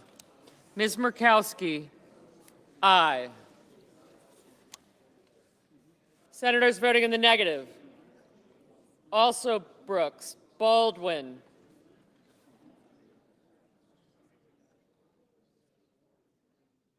Blumenthal, Blunt Rochester, Cantwell, Coons, Cortez Masto, Duckworth, Durbin, Fetterman, Gillibrand, Hassan, Heinrich, Hickenlooper, Hirono, Kane, Kelly, Kim, Lujan, Markey, Ossoff, Padilla, Peters, Reed, Rosen, Sanders, Schatz, Schiff, Schumer, Shaheen, Slotkin, Smith, Warner, Warnock, Warren, Whitehouse, and Wyden. Mr. Bennett, no. Mr. King, no. Mr. Scott of Florida, aye. Ms. Lummis, aye. Ms. Klobuchar, no.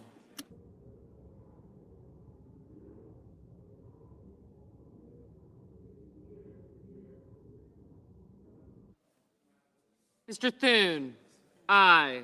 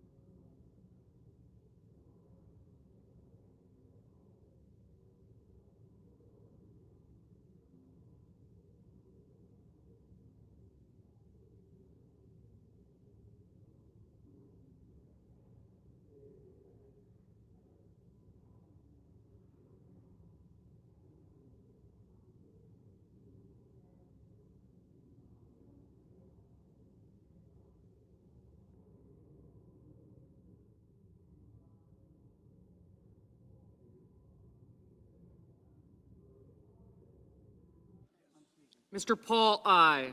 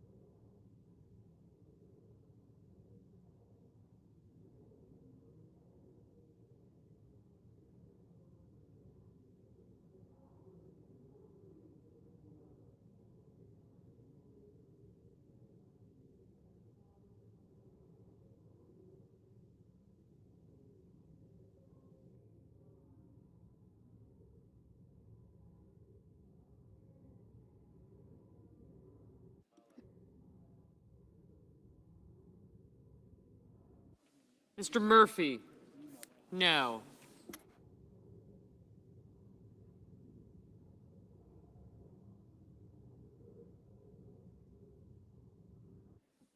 Mr. Booker?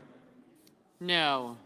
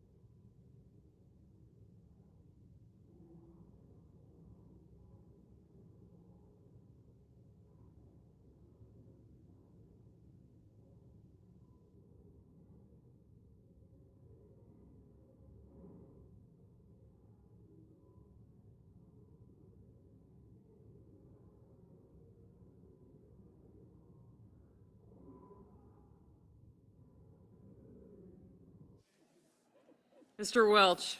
No.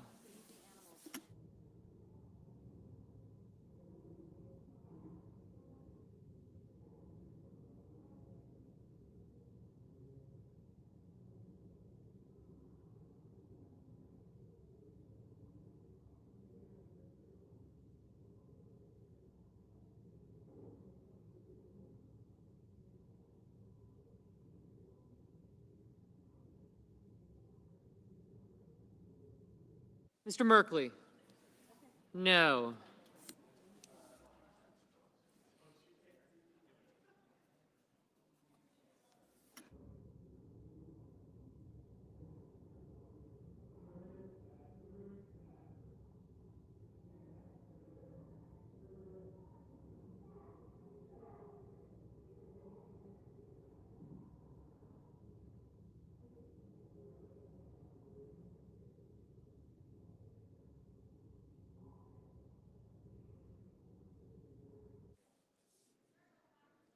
Mrs. Britt?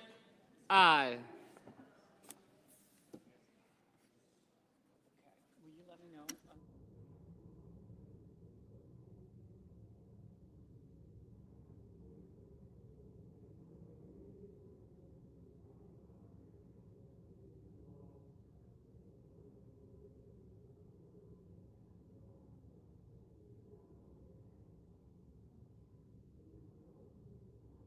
Mrs. Murray? No. Mr. Marino? Aye.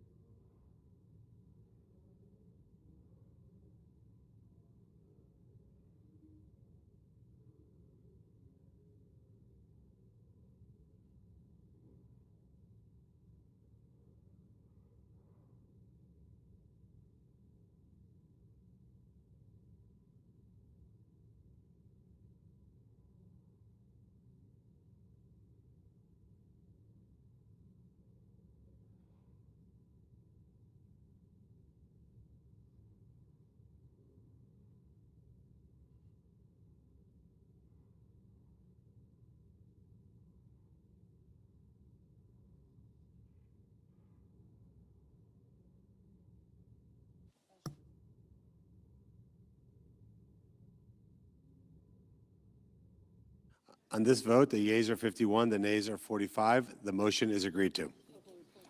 Report the nomination. Department of Justice, Colin McDonald of California to be an Assistant Attorney General.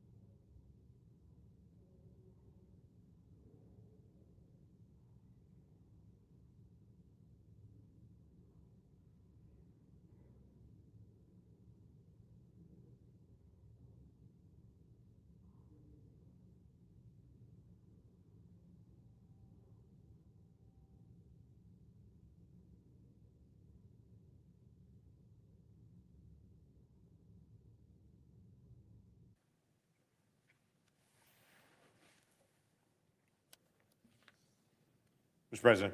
I recognize the senator from Oklahoma. Mr. President, I ask unanimous consent that the Senate resume legislative session being a period of morning business with senators permitted to speak therein for up to 10 minutes each. Without objection. I understand the chair has an announcement to make. The chair lays before the Senate a communication regarding the resignation of Senator Mark Wayne Mullin. Without objection, the letter will be printed in the record and spread upon the journal. Ask unanimous consent that notwithstanding Rule 22, all post-cloture time be expired and the Senate vote on confirmation of the McDonald nomination at 2:15 p.m. tomorrow. And if any nominations are confirmed during Tuesday's session of the Senate, the motion to reconsider be considered made, laid upon the table, and the President be immediately notified of the Senate's action. Without objection, so ordered. I ask unanimous consent that the Senate proceed to the immediate consideration of calendar number 307S921. The clerk will report. Calendar number 307, S921, a bill to direct the Secretary of Health and Human Services to issue guidance on whether hospital emergency departments should implement fentanyl testing as a routine procedure for patients experiencing an overdose and for other purposes. Is there objection to proceeding to the measure? Without objection, the Senate will proceed. I ask unanimous consent that the committee reported substitute amendment be considered and agreed to, the bill as amended be considered read a third time and passed, and that the motion to reconsider be considered made, laid upon the table. Without objection. I ask unanimous consent that the Senate proceed to the immediate consideration of S4164, which is at the desk. The clerk will report. S4164, a bill to make technical corrections to the National Defense Authorization Act for fiscal year 2026. Is there objection to proceeding to the measure? Without objection, the Senate will proceed. I ask unanimous consent that the bill be considered read a third time and passed, and that the motion to reconsider be considered made and laid upon the table. Without objection. I ask unanimous consent the Senate proceed to the consideration of SRES 660, which is at the desk. The clerk will report. SRES 660, honoring the service and sacrifice of Air Force Major John A. Klinner, Air Force Major Ariana G. Savino, Air Force Technical Sergeant Ashley B. Pruitt, Air Force Captain Seth R. Koval, Air Force Captain Curtis J. Angst, and Air Force Master Sergeant Tyler H. Simmons. Is there objection to proceeding to the measure? Without objection, the Senate will proceed. Ask unanimous consent the resolution be agreed to, the preamble be agreed to, and that the motions to reconsider be considered made, laid upon the table with no intervening action or debate. Without objection, so ordered. Ask unanimous consent the Senate proceed to the immediate consideration of S. Con Res. 29. The clerk will report. S. Con Res. 29, authorizing the use of Emancipation Hall in the Capitol Visitor Center for an event to celebrate the birthday of King Kamehameha I. Is there objection to proceeding to the measure? Without objection, the Senate will proceed. Ask unanimous consent that the resolution be agreed to and the motion to reconsider be considered made, laid upon the table. Without objection. Ask unanimous consent that when the Senate completes its business today, it stand adjourned until 12 noon on Tuesday, March 24th, that following the prayer and pledge, the journal of proceedings be approved to date, the morning hour be deemed expired, the time for the two leaders be reserved for their use later in the day, morning business be closed, and the Senate resume the House message with respect to S. 1383. Further, that the Senate recess from 1 p.m. till 2:10 p.m. to allow for the weekly conference meetings. Finally, at 2:15 p.m., the Senate proceed to executive session and execute the order in relation to the McDonald nomination. Without objection, so ordered. If there's no further business to come before the Senate, I ask that it stand adjourned on the previous order. The Senate stands adjourned until noon tomorrow.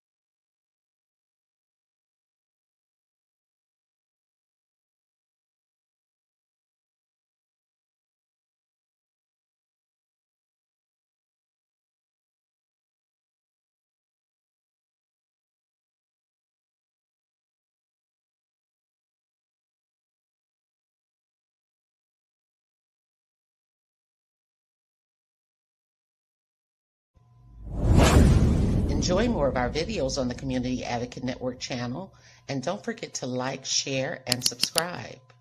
If you would like to advertise your service, special announcement, or event, you may contact us at the Community Advocate Network at gmail.com. For community resources and services, exclusive articles, and video content, join our private community on Patreon. Link is in the bio.